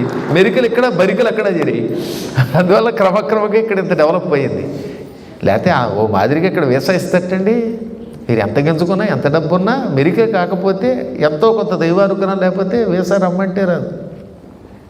అందుకని కొన్ని పాత పద్యాలు గుర్తొస్తూ ఉంటాయి నాకు. ఫస్ట్ నేను 2006లో వచ్చాను అమెరికా. లాస్ ఏంజల్స్లోకి డైరెక్ట్గా దిగా. అప్పటికి ఎయిర్ ఇండియా ఉండేదండి. 2006లో జూన్ 29వ తారీఖు నాడు బేగంపేట ఎయిర్పోర్ట్ అది. అక్కడ నుంచి బొంబాయి నుంచి తీసుకొచ్చి ఫ్రాంక్ఫర్ట్ నుంచి మళ్ళీ లాస్ ఏంజల్స్ తీసుకొచ్చాడు. ఏకంగా 38 గంటల ప్రయాణం అప్పట్లో. అంతా కలిపితే ఇళ్ళ దగ్గర నుంచి బయలుదేరేది కూడా కలిపితే దాదాపు 2 రోజులు ప్రయాణం ఉండేది. ఈ 2 రోజులు తిండి తిప్ప సరిగ్గా ఉండేది కాదు. మధ్యలో ఫ్రాంక్ఫర్ట్లో బాత్రూమ్ గడదామని చూస్తే లోపల అసహ్యం, గుడ్డ ముక్కలు తప్ప నీళ్లు లేవు. మాయిదారి టిష్యూ పేపర్ ఇష్యూ చేశారు, అదో పెద్ద ఇష్యూ అయిపోయింది. ఏం చేయాలో తెలియదు. ఇదేంటి లోపల ఏం చేయాలంటే అక్కడ కాగితం ముక్కలు ఉన్నాయి అంటాడు వాడు. అలాగే ఎన్ని కష్టాలు అనుకుంటారు. నా కష్టాలు మీకు చెప్పలేను. సీత కష్టాలు సీతవి, పీత కష్టాలు పీతవని. మొదట్లో అమెరికా వచ్చినప్పుడు రెస్ట్ రూమ్ అని ఉంటే నేనేమనుకున్నానంటే ఈ ప్రయాణం టైంలో కాసేపు రెస్ట్ తీసుకోవాలేమో అని రూమ్ పెట్టారేమో అని లోపలికి వెళ్తే రెస్ట్ రూమ్. ఈ రెస్ట్ రూమ్ అయ్యింది. అలాగే ఎన్నో కష్టాలు ఉంటాయి. అందువల్ల చెప్పొచ్చేది అంటే అప్పుడు అక్కడికి వచ్చిన తర్వాత అవధానంలో మరో పద్యం చెప్పానమాట. పైసాలో పరమాత్ముడు ననుతుల్ పల్మారునే విందు. ఆ రోజులో పైసామే పరమాత్మ అని ఒక స్లోగన్ ఉండేదిగా. అందుకని పైసాలో పరమాత్ముడు ననుతుల్ పల్మారునే విందు.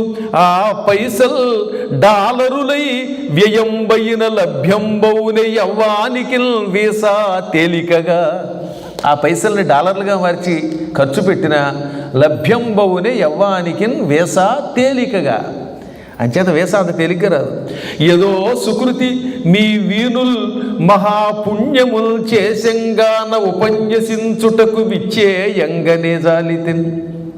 ఇక్కడ నా అదృష్టం లేదండోయ్. నాకు వీసా ఎందుకు వచ్చిందంటే మీ చెవులు పుణ్యం చేసుకున్నాయి, మీరు అదృష్టం చేసుకున్నారు. అక్కడ కూడా మళ్ళీ అహంకారం పోకూడదు కదా కవి గారికి. అందుకని నాకు వీసా వచ్చిందంటే మీరు పుణ్యం చేసుకున్నారు నాయన, మీ చెవులు పుణ్యం చేసుకున్నాయి, అందుకే నాకు వీసా వచ్చింది. నేను ఉపన్యాసం చెబుతుంటే వినే యోగం మీకు ఇవ్వడానికి నేను వచ్చాను అన్నారు. అందువల్ల చెప్పొచ్చింది ఏంటంటే అంత తేలికగా ఇవాళ ఎవరు అక్కడికి రాలేదు. ఇంత మెరిక నువ్వు అయినప్పటికీ ఒకప్పుడు నీకు పాఠం చెప్పిన గురువే కదా, ఆ విషయం మర్చిపోకూడదు. అందుకని గురువుని ఎప్పుడూ తుంకృత్య తక్కువ చేయకూడదు. గురుం హుంకృత్య తుంకృత్య. ఆయన మీద కోపగించరాదు, తక్కువ చేయరాదు. ఉల్లంఘ్యాజ్ఞాం గురోరపి. గురువుగారు ఏదైనా ఆజ్ఞాపించినప్పుడు మొహమాటం లేకుండా పని చెయ్యాలి. నేను చెయ్యననకూడదు. గురువుగారు ఆజ్ఞను ఉల్లంఘించినవాడు, ఆయన్ని తక్కువ చేసినవాడు, ఆయన మీద కోపగించినవాడు నిర్జలే అరణ్యే, మంచినీళ్లు దొరకని అడవిలో బ్రహ్మరక్షో భవిష్యతి. బ్రహ్మరాక్షసుడై పుడతాడు. అడవిలో పుడతాట. ఆ అడవిలో బ్రహ్మరాక్షసుడు అవుతాడు. మంచినీళ్ళు దొరకవు, గెజగెజలాడిపోతాడు. ఇప్పటికి కూడా కొన్ని అడవుల్లో అలాంటి వాళ్ళు ఉన్నారండి బాబు. చెట్ల మీద పడి ఏడుస్తూ అయ్యో గురువుగారు ఎంత పెద్ద పొరపాటు చేశారండి బాబు, మీరు నన్ను ఎక్కడో పేడ పిసుక్కునే రోజుల్లో ఉన్న చోట నుంచి తీసుకొచ్చి మీ పీఠంలో వచ్చి పోస్ట్ ఇచ్చారు, నన్ను ప్రధాని అని పొగిడారు, మీ తిండి తిన్నాను, మిమ్మల్ని నోటుకొచ్చినట్టు మాట్లాడాను, ఆ పాపం వల్ల అడవిలో పుట్టాను, తిండి లేదు, మంచినీళ్ళు లేవు, చచ్చిపోతాను బాబోయ్ అని అల్లాడిపోతాట. ఆ అల్లాడిపోయినా అంత తేలిగ్గా ప్రాయశ్చిత్తం అవ్వదు. అందుకని గురువుని ఎట్టి పరిస్థితుల్లో గౌరవించేవారు. శ్రీకృష్ణుడు జగద్గురువు అని చెప్పాను కదా ఇందాకే మీకు. బలరాముడు సాక్షాత్ ఆదిశేషుడు, అనంతుడు. శ్రీకృష్ణుడు ఆయన మీద పడుకునే జగద్గురువు. రోజు కృష్ణం వందే జగద్గురువు అంటున్నావు లేదా మనం? ఇందాకే మీ చేత అందుకే ఆ శ్లోకం చదివించాను. వసుదేవసుతం దేవం కంసచాణూరమర్దనం దేవకీ పరమానందం కృష్ణం వందే జగద్గురుం. అంతటి జగద్గురు అయ్యుండి కూడా 8 ఏళ్ళు రాగానే తల్లిదండ్రుల చేత ఉపనయనం చేయించుకొని అన్నగారు బలరాముడిని వెంట పెట్టుకుని కాశీ వెళ్ళాడు. కాశ్యాం అవంతిపురవాసినం. అక్కడ ఒక గురువుగారిని వెతికాడు. వెళ్ళింది కాశీకి. కానీ ఆ కాశీలో గురుకులం పెట్టిన ఆయన అవంతిపురవాసి, అంటే ఉజ్జయిని వాడు. ఉజ్జయినిలో చాలా కాలం ఉండి పొట్టకి గడవక, తిండి లేక, మంచి కీర్తి లేక ఉన్న ఊళ్ళో కంటే వేరే చోటకి వెడితే రాణిస్తామని వేసాపుచ్చుకుని ఆయన కూడా ఉజ్జయిని నుంచి కాశీ వెళ్ళి గురుకులం పెట్టాడు. ఆయన పేరు సాందీపని. ఆయన దగ్గరికి వెళ్ళి, గురుదేవ, మేము యదుగు వంశం వాళ్ళం, దేవకీ వసుదేవుల యొక్క పిల్లలం, చదువుకోవడానికి మీ దగ్గరకు వచ్చామని భక్తితో పాద నమస్కారం చేశారు. అందరూ ఆయనకి నమస్కరిస్తూ ఉంటే ఈయన వెళ్ళి ఆయనకి నమస్కరించాడు. అప్పుడు గురువుగారు, నాయన, ఇంత వినయంతో ఉన్న మీలాంటి శిష్యులకి పాఠం చెప్పకపోతే నా జీవితం వ్యర్థమని దగ్గరికి చేర్చుకున్నాడు. సాధారణంగా ఆయనకు నియమం ఉండేదిటండి, ఎవరైనా తన దగ్గరకు వచ్చి పాఠం చెప్పమని అడిగితే 1 ఏడాది పాటు పాఠం చెప్పకుండా స్వేచ్ఛగా తిరగండి అనేవాడు. ఈ ఏడాది ఏం చేసేవారు ఆ పిల్లలు? గురుకులంలో తిరిగేవారు. వేళకు భోజనం చేస్తూ పడుకుంటూ అన్ని పనులు చేసేవారు. ఎందుకు ఏడాది పాటు పాఠం చెప్పకుండా వదిలేసేవారు తెలుసా? ఈ ఏడాదిలోపు వాళ్ళ మీద సీసీ కెమెరాలు పెట్టేవారు. అంటే గురువుగారి భార్య, కొంత గురువుగారు, ఇంకా మిగతా శిష్యులు ఉంటారుగా, దక్షిణ ఫ్లోరిడా సమితి వాళ్ళంతా, వీళ్ళంతా అబ్జర్వ్ చేయాలన్నమాట. ఆ పిల్లల యొక్క ప్రవర్తన చూస్తారు. ఒక్కొక్కడు పొద్దున్న 8 లేస్తాడు అనుకోండి, వీడికి బద్ధకం అని అర్థమవుతుంది. 8 అయినా లేవరు, లేచాక కూడా స్నానం చేయరండి వీళ్ళు, మొహం తగలయ్యా అని నేను అనలేదు, వ్యాసుడు అన్నాడు. 8 దాకా అలా పాచిపళ్ళతో కూర్చుని ఏమన్నంటే లేచిపోయారు. పొద్దున్నే లేస్తే ఉపయోగం ఏంటి? నువ్వు మొహం కడుక్కొని స్నానం చేసి సంధ్యావందనాదులు చేయకపోతే 8కి లేచిన ఉపయోగం లేదు. కాబట్టి వీడు ఎందుకు పనికిరాడు, వీడిని తీసుకెళ్ళి కుర్చీలో కూర్చోబెట్టి వచ్చేవాళ్ళు లెక్కలు రాయండి, అకౌంట్లు రాయండి అనేవారట. అలాగే కొంతమందికి పాలన్నా పెరుగన్నా ఇష్టం, వాటి మీద ఎక్కువ మాట్లాడుతుంటే వీళ్ళ గోవుల యొక్క పెంపకాన్ని మీద శిక్షణ ఇవ్వండి. కొంతమంది ఏం చేసేవారు, గురువుగారి యొక్క భార్య దగ్గర చేరేవారు. గురువుగారి దగ్గరికి వెళ్ళరు. అమ్మగారు, ఇవాళ బ్రేక్ఫాస్ట్ ఏమిటి? ఆ ఇడ్లీయా? ఇడ్లీలోకి ఈ చట్నీ బాగుంటుంది అని పట్టేవాడు. వాడే ఇవాళ గారెలు చేయండి అని చెప్పేవాడు. ఓహో, వీడికి తిండి పెచ్చ. రోజు పొద్దున్న దగ్గర సాయంకాలం దాకా అమ్మగారి దగ్గర చేరేవాడుగా. అందుకని వీడికి పాకశాస్త్రంలో శిక్షణ ఇవ్వండి అంటే వీడిని కుక్కుని చేయండి, కుక్క కాదు కుక్కు. అప్పుడేమిటి స్వభావం, వాడే వంట చేసుకుంటూ వాడే తినేయచ్చు, ఇంకెవరిని అడగక్కర్లేదు. భీముడు అలాగే గురువుగారి భార్య దగ్గర చేరి 2 ముక్కలు చెప్పడం వల్ల భీముడికి గదా శిక్షణతో పాటు వంటలు కూడా నేర్పారు. అది ఉపయోగపడింది. ఈ విధంగా ఈ పిల్లల యొక్క లక్షణాలు తెలుసుకునేవారు. కొంతమందికి దొంగ బుద్ధి ఉంటుంది, పెన్నులు దాచేయడం, పుస్తకాలు దాచడం. కాబట్టి ఇలాంటి వాడిని దొంగ అవ్వకుండా చేయాలంటే పోలీసులు చేయాలి, పోలీసుడికి కాస్త దొంగ బుద్ధి ఉంటే మంచిది అని నేర్పేవారట. కానీ బలరామకృష్ణుల్ని చూడగానే సంవత్సర కాలం పాటు మిమ్మల్ని పరీక్షిస్తాను అనకుండా స్పాట్ అడ్మిషన్ ఇచ్చేశాడు ఆయన. కారణం, వాళ్ళ ముఖాలలో అంత కళ ఉన్నది, గురువుగారు గుర్తించగలరు కాబట్టి గురువు అన్నారు. దానికి తగ్గట్టే గురువుగారు వెంటనే పాఠాలు మొదలు పెట్టగానే 64 రోజుల్లో 64 విద్యలు నేర్చుకున్నారు వాళ్ళు. 64 విద్యలు 64 దినంబుల తన వారల్ నెరవాదులైన కథమున నెరి ఒక్కొక్క నాటి వినికి నేర్చిరిలేశా. భాగవతంలో అద్భుతమైన పద్యం అది. 64 విద్యలు కేవలం 64 రోజుల్లో గురువుగారు అలా చెబుతూ ఉంటే మళ్ళీ అప్పగించారు తప్ప ప్లీజ్ రిపీట్ అనలేదు, మరొక్కసారి చెప్పండి అనకుండా ఆ మొత్తం 64 విద్యలు చెక్క చెక్క చెక్క నేర్చుకుని కంఠస్థం చేశారు. వినికి నేర్చిరి అంటే విని నేర్చుకున్నారు, మళ్ళీ అడగలేదు కనీసం. అది జ్ఞానం అంటే. అప్పుడే అర్థమైపోయింది గురువుగారికి, ఓహో వీళ్ళు పేరుకి నా దగ్గర శిష్యులుగా చేరారు కానీ వీరు కారణ జన్ములు, గురువులకే గురువులు, జగద్గురువులు అని. అది స్థాయి అంటే. ఇంత స్థాయి ఉన్న పరమాత్ముడయ్యుండి కూడా గురుసేవ ఎందుకు చేశాడంటే గురుసేవ యొక్క పరమార్థం లోకానికి చెప్పడానికి. అందువల్ల గురుగీతని భక్తి శ్రద్ధలతో పఠిస్తే గురువుని ఎంత భక్తితో సేవిస్తే అంత తొందరగా సిద్ధి పొందుతామని అర్థమవుతున్నట్టు. మంత్రశాస్త్రం పఠించాలి అంటే, మంత్రములలో సిద్ధి రావాలంటే, మానవుడికి ఈ జన్మలోనే మోక్షం రావాలంటే, తన పూర్వజన్మ రహస్యం తనకి తెలియాలంటే వాడికి గురుభక్తి కావాలి. కానీ గురువుగారు చెప్పిన పనే తప్ప వద్దు అన్నది చేయకూడదు. కొంతమంది గురువుగారు వద్దన్నదే చేతుల్లో చెబుతారు.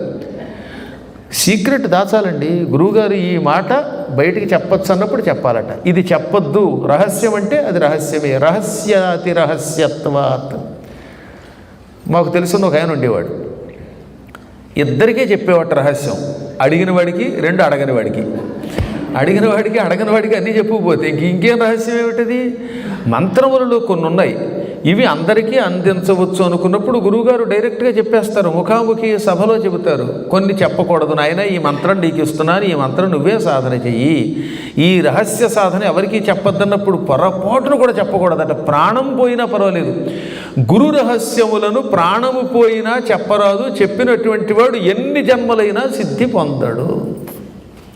పూర్వం ధ్రువుడు తపస్సుకి బయలుదేరాడు. మీకు ధ్రువోపాఖ్యానం భాగవతంలో తృతీయ స్కంధంలో ఉంటుంది కనుక నేను మళ్ళీ చెప్పక్కర్లేదు. అయినా ధ్రువుడు అంటే ఏమిటో తెలియని వాళ్ళు ఉంటే పోనీ క్లుప్తంగా చెప్పుకుందాం. స్వయంభువు మనువు, మనువులలో మొదటి మనువు స్వయంభువు, అతని భార్య శతరూప. ముందు వాళ్ళకు 3 కూతుళ్ళు పుట్టుకొచ్చారు. ఆకూతి, ప్రసూతి, దేవహూతి. అందులో ఆకూతి అన్నటువంటి ఆవిడ్ని పితృదేవతలు పెళ్లి చేసుకున్నారు. ఇంకా ప్రసూతి అన్నావిడ్ని దక్ష ప్రజాపతి పెళ్లి చేసుకున్నాడు. అదిగో ఆవిడ పిల్లలే ఈ చంద్రుడి యొక్క భార్యలైన ఈ అశ్విని, భరణి మొదలైనటువంటి వాడు. ఏకంగా ప్రసూతికి అంత పేరు ఎందుకు వచ్చిందంటే ఆవిడ వల్ల ఎంత సంతానం అండి, 60 మంది కొడుకులు పుట్టారు. ప్రభవ, విభవ, శుక్ల, ప్రమోదోత 60 సంవత్సరాలు వాళ్ళే. ఆ తర్వాత వరుసగా 13 కూతుళ్ళు పుట్టారు. వాళ్ళే అదితి, దితి, కద్రువ, సురస, మానవి, శ్యాన మొదలైన వాళ్ళు.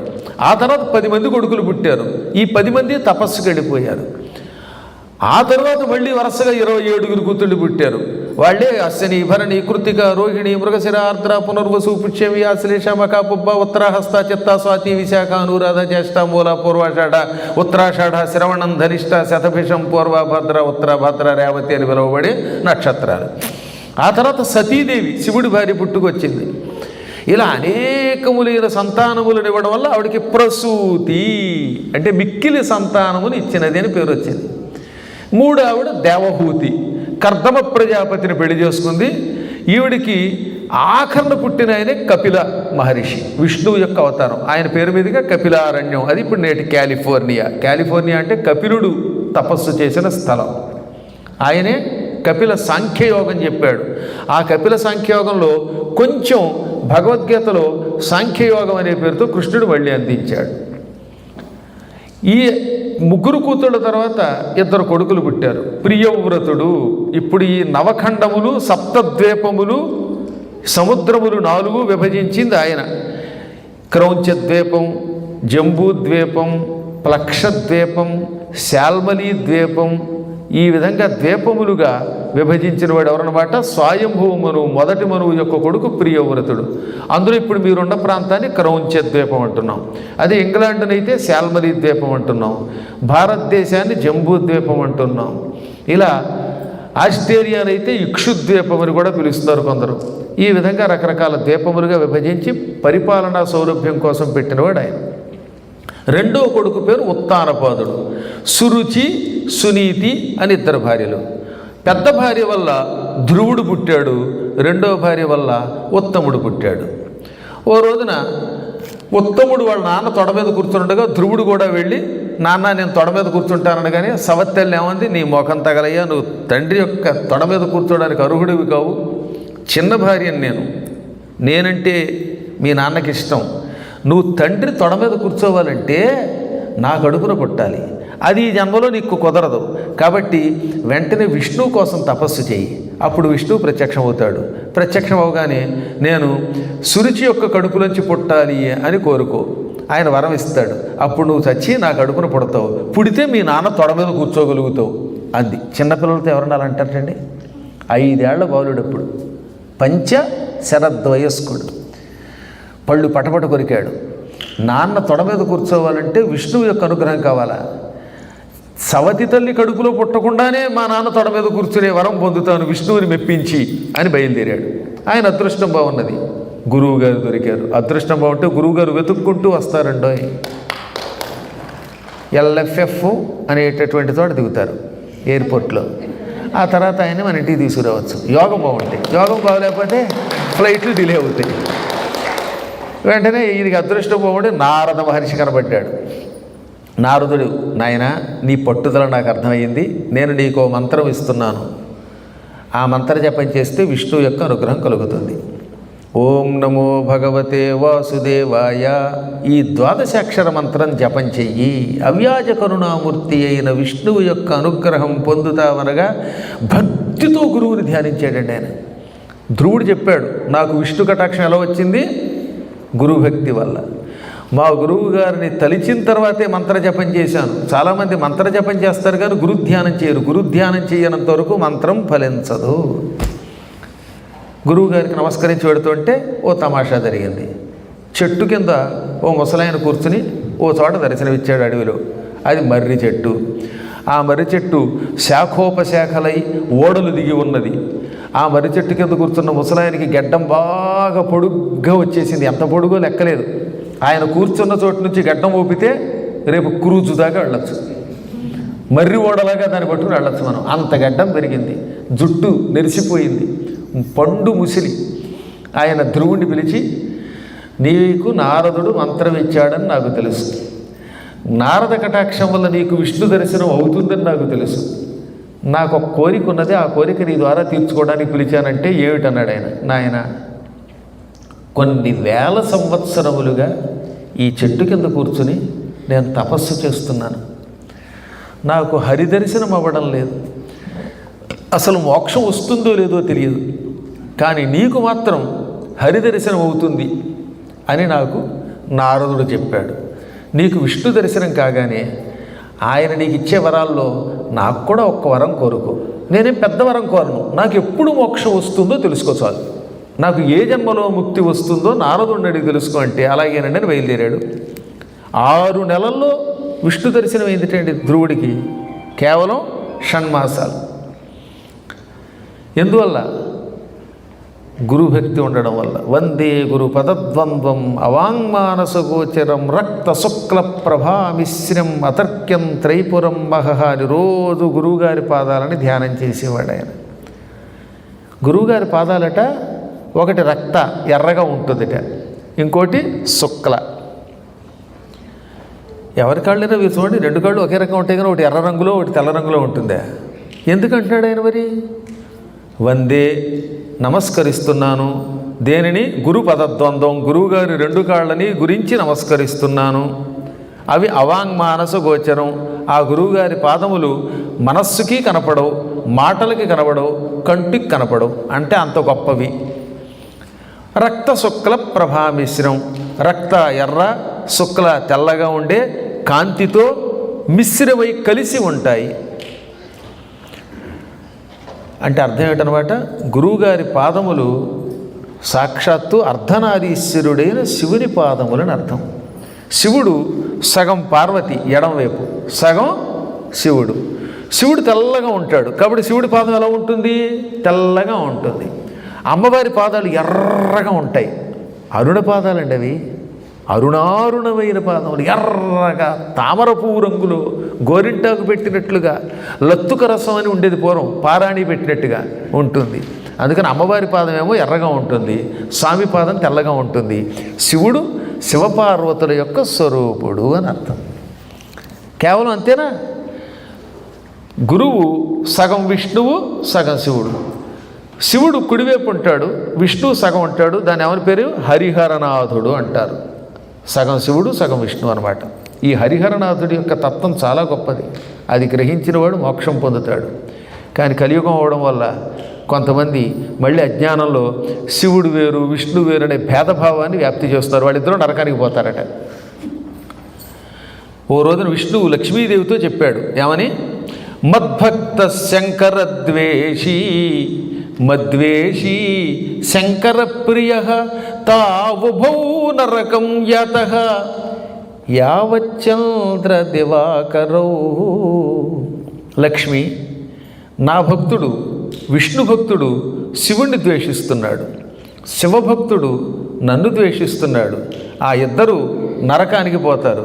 నరకంలో ఎంతకాలం ఉంటారు? యావచ్చంద్ర దివాకరవు, ఆకాశంలో సూర్యుడు చంద్రుడు ఉన్నంతకాలం నరకంలో ఉంటారు. అంటే ప్రళయం వచ్చేదాకా నరకంలో ఉంటారు. ఇక తర్వాత నరకం ఉందిలండి, ఒకటే పరకం. అందువల్ల శివుడు వేరు విష్ణు వేరుని ఒకళ్ళని పూజించి రెండో వాళ్ళని ద్వేషించే నీచులు యావత్కాలం సృష్టి ఉన్నంతకాలం నరకంలో ఉంటారు. అలాంటి పాపాలు చేయకూడదు. శివకేశవులిద్దరూ ఒకటే. వేదం అందుకే శివాయ విష్ణురూపాయ శివరూపాయ విష్ణవే శివస్య హృదయం విష్ణోస్య హృదయగం శివ అంటున్నది. శివుడే విష్ణు రూపంలో ఉన్నాడు. విష్ణు రూపంలో ఉన్న శివుని కొరకు నమస్కారం, శివుడి రూపంలో ఉన్న విష్ణువు కొరకు నమస్కారము. నేను లాస్ట్ ఇయరే కరెక్ట్గా అక్టోబర్లో అనుకుంటాను కదా, స్విట్జర్లాండ్లో ఉండగా ఒక పాట రాశాను. ఆ సమయంలో ఈ శివకేశవ భేదం మళ్ళీ మొదలై ఫేస్బుక్లో కొట్లాట్లు ఎక్కువైపోయి గందరగోళం అయిపోయింది.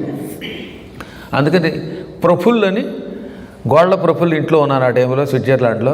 మంచి ఉపన్యాసం జరుగుతుంటే ఈ ఫేస్బుక్లు ఈ గందరగోళాలు నాకు చూపించారు. వాడి ముఖం పుస్తకం, ఫేస్బుక్ వాడి ముఖం పుస్తకంలో నుంచి చూపించారన్నమాట.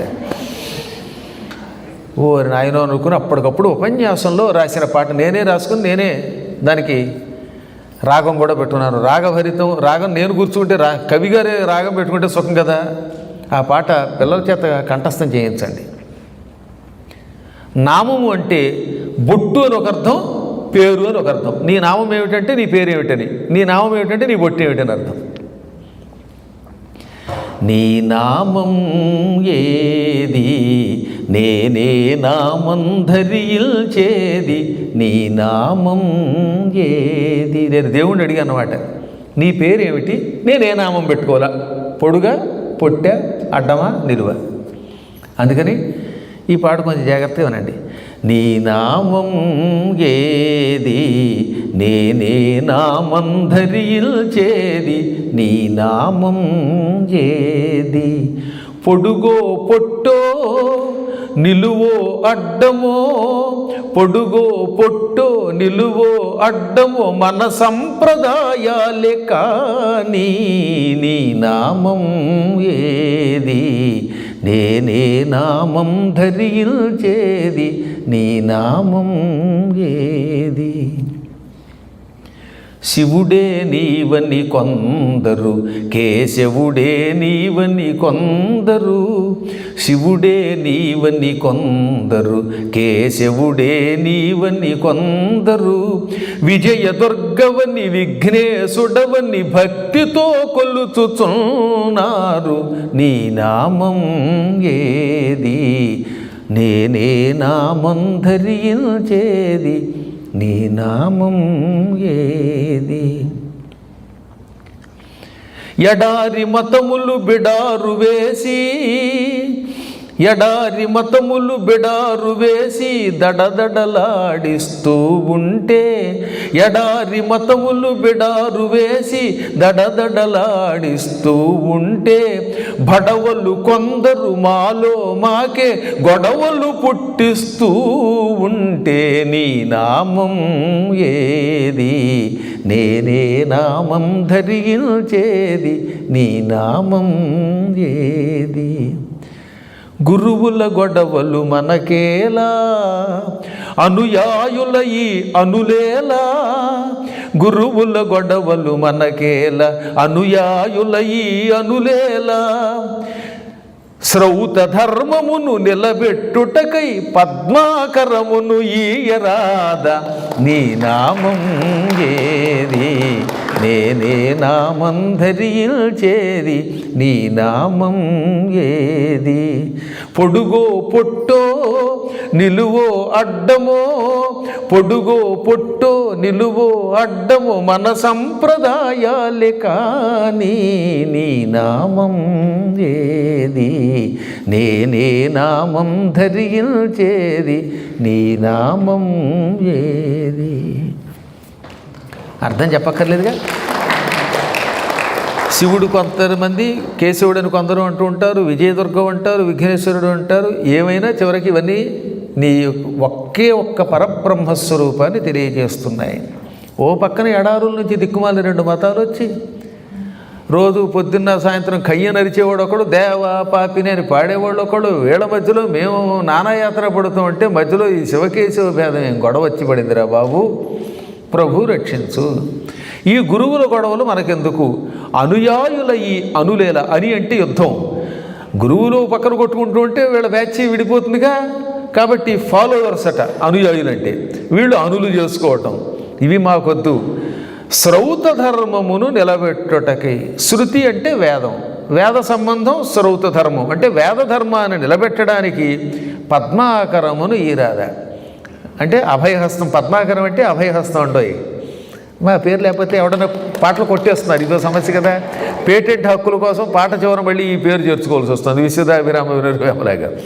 అంచేత అభయహస్తాన్ని, లక్ష్మీహస్తాన్ని, కరం అంటే చేయి కదా, పద్మ అంటే లక్ష్మి, కాబట్టి అభయహస్తం ప్రసాదించరాదా అని స్వామిని అడిగాం.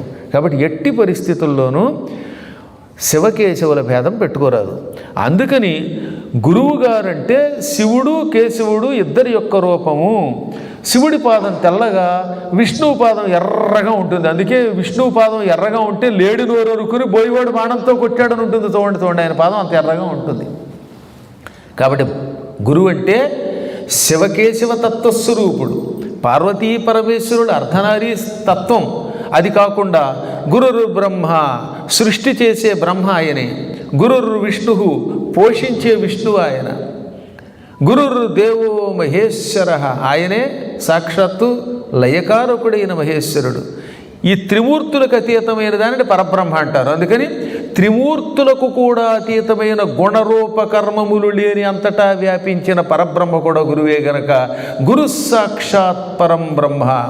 తస్మై శ్రీ గురవే నమః. తస్మై అతని కొరకు, ఎవరి కొరకు? శ్రీ గురవే, శ్రీ గురువు గారి కొరకు నమః, నమస్కారం. నమః అనేది ఒక క్రియాపదం అయితే నౌమి అనేది నుమః అవుతుంది. అందుకే సచ్చిదానంద రూపాయ విశ్వోత్పత్యాది హేతవే తాపత్రే వినాశాయ శ్రీకృష్ణాయ వయం నుమః అనాలి. ఇక్కడ నమః, అక్కడ నుమః.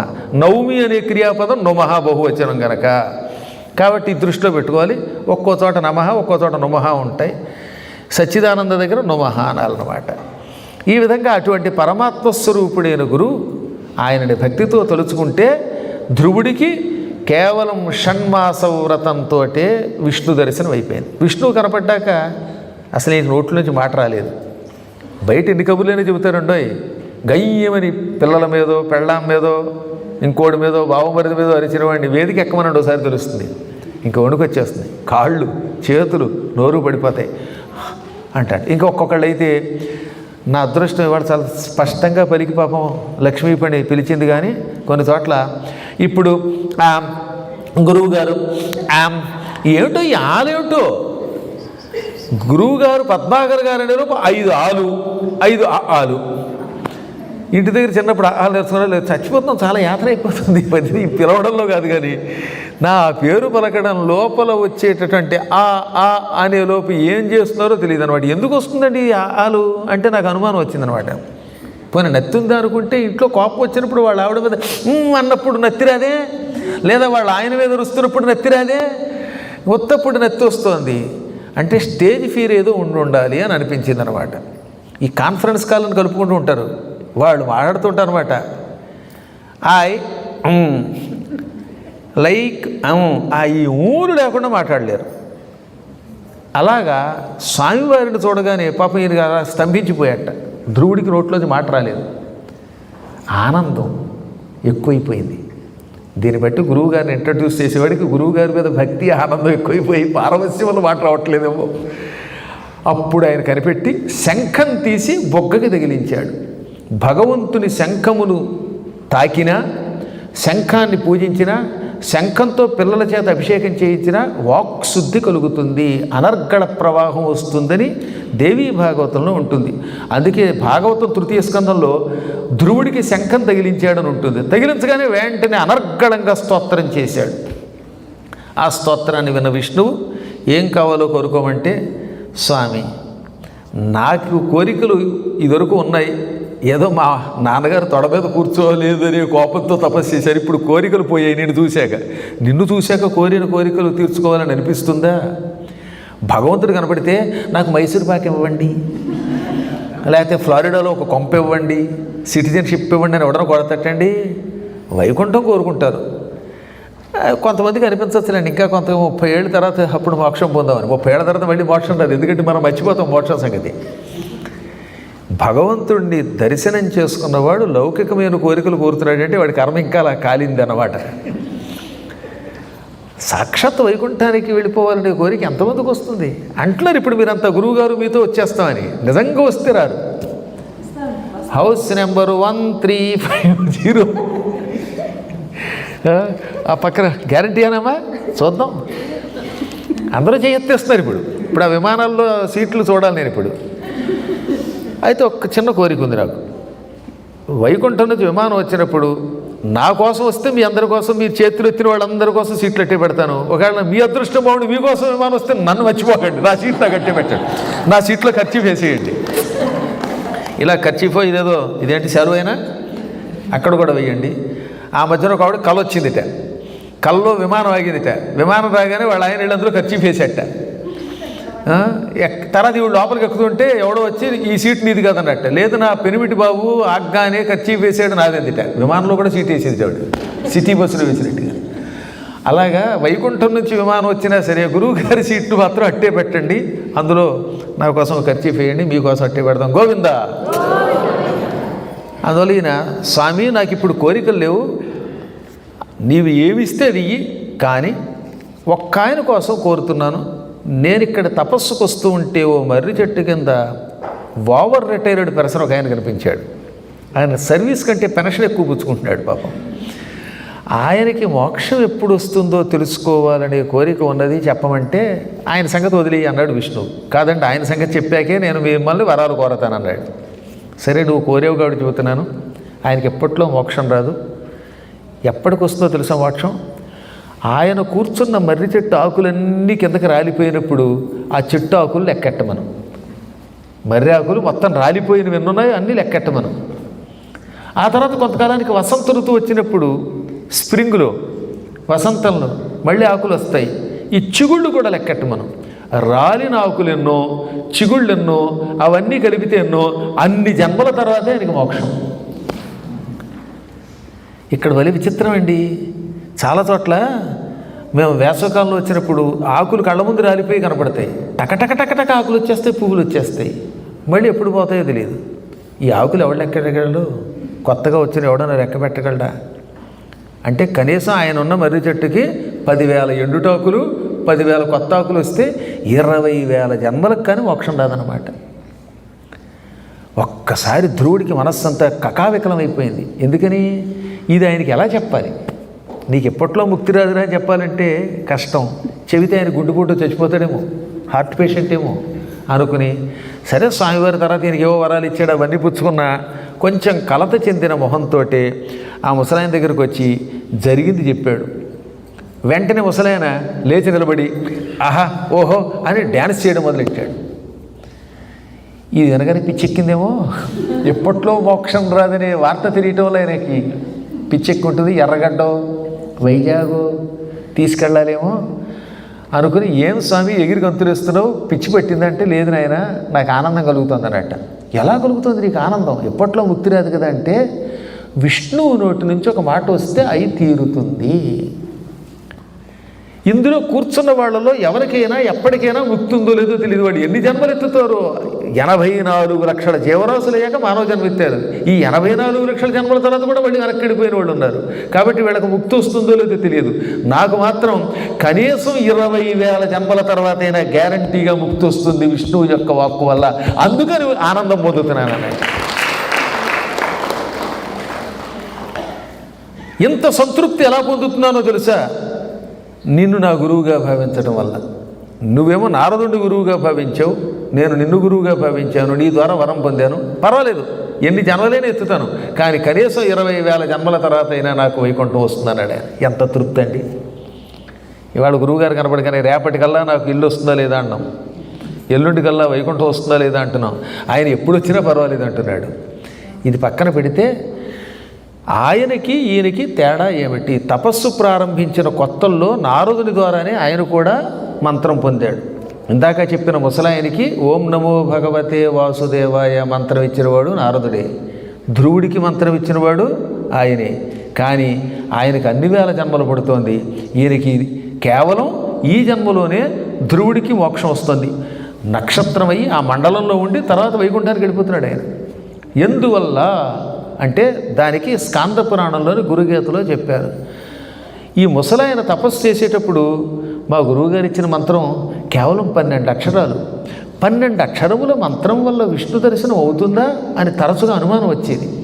అంటే ఆయనకి గురువుగారి మీద ఉండవలసినంత భక్తి లేదు. కానీ ఈయనకు నారదుడు జగద్గురువు, ఆయన ఇచ్చిన ఈ మంత్రం వల్ల తప్పక నాకు విష్ణు దర్శనం అవుతుందనే దృఢమైన భక్తి, గురుభక్తి ఉంది. గురుభక్తిలో లోపం వల్ల పెద్ద ఆయనకి ముక్తి ఆలస్యమయ్యింది. గురుభక్తి ఉండడం వల్ల ధ్రువుడికి వెంటనే దర్శనమయ్యింది. కాబట్టి సాధనలో పెద్ద లోపం ఏమిటి అంటే గురుభక్తి విహీనత అన్నారన్నమాట. అందులో ఎట్టి పరిస్థితుల్లోనూ కూడా అనుక్షణము మంత్రం చేస్తున్నప్పుడు గురువు కనపడాలి కంటి ముందు. గురురేవ పరం బ్రహ్మ గురురేవ పరాగతి గురుశబ్దస్తంధకార స్యాత్ రుశబ్దస్తన్నిరోధక అంధకార నిరోధిత్వాత్ గురురిత్యభిధీయతే అనే గీతను గుర్తుపెట్టుకోవాలి. గు అంటే ఏమిటి? చీకటి. రు అంటే తొలగించుట. నిజానికి గురువు అనే శబ్దం మనకు అర్థం ఏంటన్నమాట? చీకటిని తొలగించువాడు. ఇదే గురుగీతలో శ్లోకమే. గుశబ్ద అంధకార స్యాత్ గుశబ్దస్త్వంధకార స్యాత్. గు అనే అక్షరమునకు అంధకారము చీకటి, రు అంటే తొలగించుట, గురువు అంటే చీకటిని తొలగించే కాంతి. చీకటి పోవాలంటే లైట్లు వేసుకుంటే చాలదా అంటే లౌకికమైన ఈ భూలోకపు చీకట్లు తొలగడానికి ఈ దీపాలు సరిపోతాయి. కానీ మనలో అజ్ఞానం అనే అంధకారం ఉన్నది. ఈ అజ్ఞానం అనే అంధకారం తొలగాలంటే విజ్ఞానం అనే వెలుతురిచ్చే గురువు కావలసిందే. అందువల్ల ఆయనకి గురువు అని పేరు. అందుకని గురోరన్యన్న విద్యతే. దేవీ భాగవతం ఏమంటోంది? ఒకసారి త్రిమూర్తులు ముగ్గురు కలిసి ఒక నిర్ణయం తీసుకున్నారు. బ్రహ్మ విష్ణు మహేశ్వరులు ముగ్గురు కలిసి ఒక నిర్ణయం తీసుకున్నారు. ఏమని? మన ముగ్గురులో ఎవరికైనా ఒక వ్యక్తి మీద కోపగిస్తే వాడిని చంపాలనుకుంటే ఆ వ్యక్తిని ఎవరు రక్షిస్తారు? బ్రహ్మగారికి ఒక వ్యక్తి మీద కోపం వచ్చింది. ఒరే నిన్ను చంపుతానన్నాడు. ఇప్పుడు బ్రహ్మ అంతటి వాడిని చంపుతానంటే వాడిని ఎవడు రక్షించగలనండి? లేదా శివుడికే కోపం వచ్చింది, శూలంతో పొడి చేస్తాను ఫలానా పుల్లారావుని అన్నాడు. ఇప్పుడు ఈ పుల్లారావుని ఎవడు రక్షిస్తాడు? శివుడు శూలంతో పొడిస్తే. లేక విష్ణువు చక్రంతో నరుగుతానంటే వాడిని ఎవడు రక్షిస్తాడు? అందుకని వాళ్ళు ముగ్గురు కలిసి ఏమన్నారన్నమాట, త్రిమూర్తులు ఎవరి మీదనైనా కోపగించి వాడిని నాశనం చెయ్యాలనుకుంటే వెంటనే వాడు తన గురువుని తలుచుకోవలను. గురువుని తలుచుకుంటే మేము వాడి జోలికి రాము అన్నారు. శివే రుష్టే గురువు త్రాత అంటే శివుడు కోపగిస్తే రక్షించేవాడు ఎవడనమాట? గురువు. వెంటనే గురువు గారు ఏం చేస్తారనమాట, ఒక వ్యక్తి వచ్చి గురుదేవ నన్ను శివుడు చంపుతున్నాడు రక్షించనగానే, శివ వీడు నా భక్తుడు గురువుగారిని ఆశ్రయించాడు, ఆయన జోలికి వెళ్ళొద్దనగానే వెంటనే గురువుగారి మాట వింటానన్నాడు ఆయన. అందుకని ఇక్కడ శివుడు అనే శబ్దం వరకు కేవలం శివుడని కాక త్రిమూర్తులలో ఎవరైనా ఒక వ్యక్తిని నాశనం చేయాలనుకున్నప్పుడు వాడు తన గురువుగారిని వేడుకుంటే గురువుగారు మాకు నమస్కారం చేయగానే మేము వాడిని వదిలేస్తాం. కాబట్టి త్రిమూర్తుల కోపం నుంచి రక్షించే శక్తి ఒక్క గురువుకే ఇచ్చారట వాళ్ళు. అందుకని శివే రుష్టే కోపగించిన శివుని యందు గురువు త్రాత గురువు రక్షకుడు. కాబట్టి ఎవరైనా తమని రక్షించాలని మనస్సులో అనుకున్నప్పుడు గురువునే పట్టుకోవాలి. కానీ గురువుగారికి కోపం వచ్చింది అనుకుందాం, గురువు రుష్టే శివో నచ, గురువుగారికి కోపం వస్తే శివుడు కూడా కాపాడరు పొమ్మన్నాడు. మళ్ళీ మీ గురువుగారి కాళ్ళ మీదే కూడా అన్నాడు. దానికి ఉదాహరణ దేవీ భాగవతంలో 9వ స్కంధం. యాజ్ఞవల్క్యుడు వైశంపాయనుడిని తిరస్కరించాడు. వ్యాసుడి శిష్యుల్లో వైశంపాయనుడు చాలా గొప్పవాడండి. వ్యాసుడికి చాలామంది శిష్యులున్న 5గురు శిష్యులు ముఖ్యులు. అందులో ఒకడు పైలుడు, ఆయన ఋగ్వేదం చదువుకున్నాడు వ్యాసుడి ద్వారా. 2 జైమిని సామవేదం చదువుకున్నాడు వ్యాసుడి దగ్గర. వైశంపాయనుడు యజుర్వేదం చదువుకున్నాడు.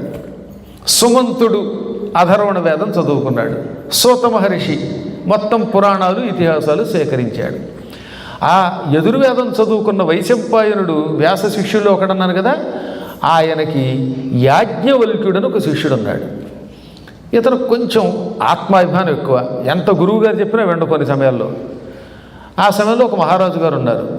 ఆ రాజుగారికి ఒక రోగం ఉంది.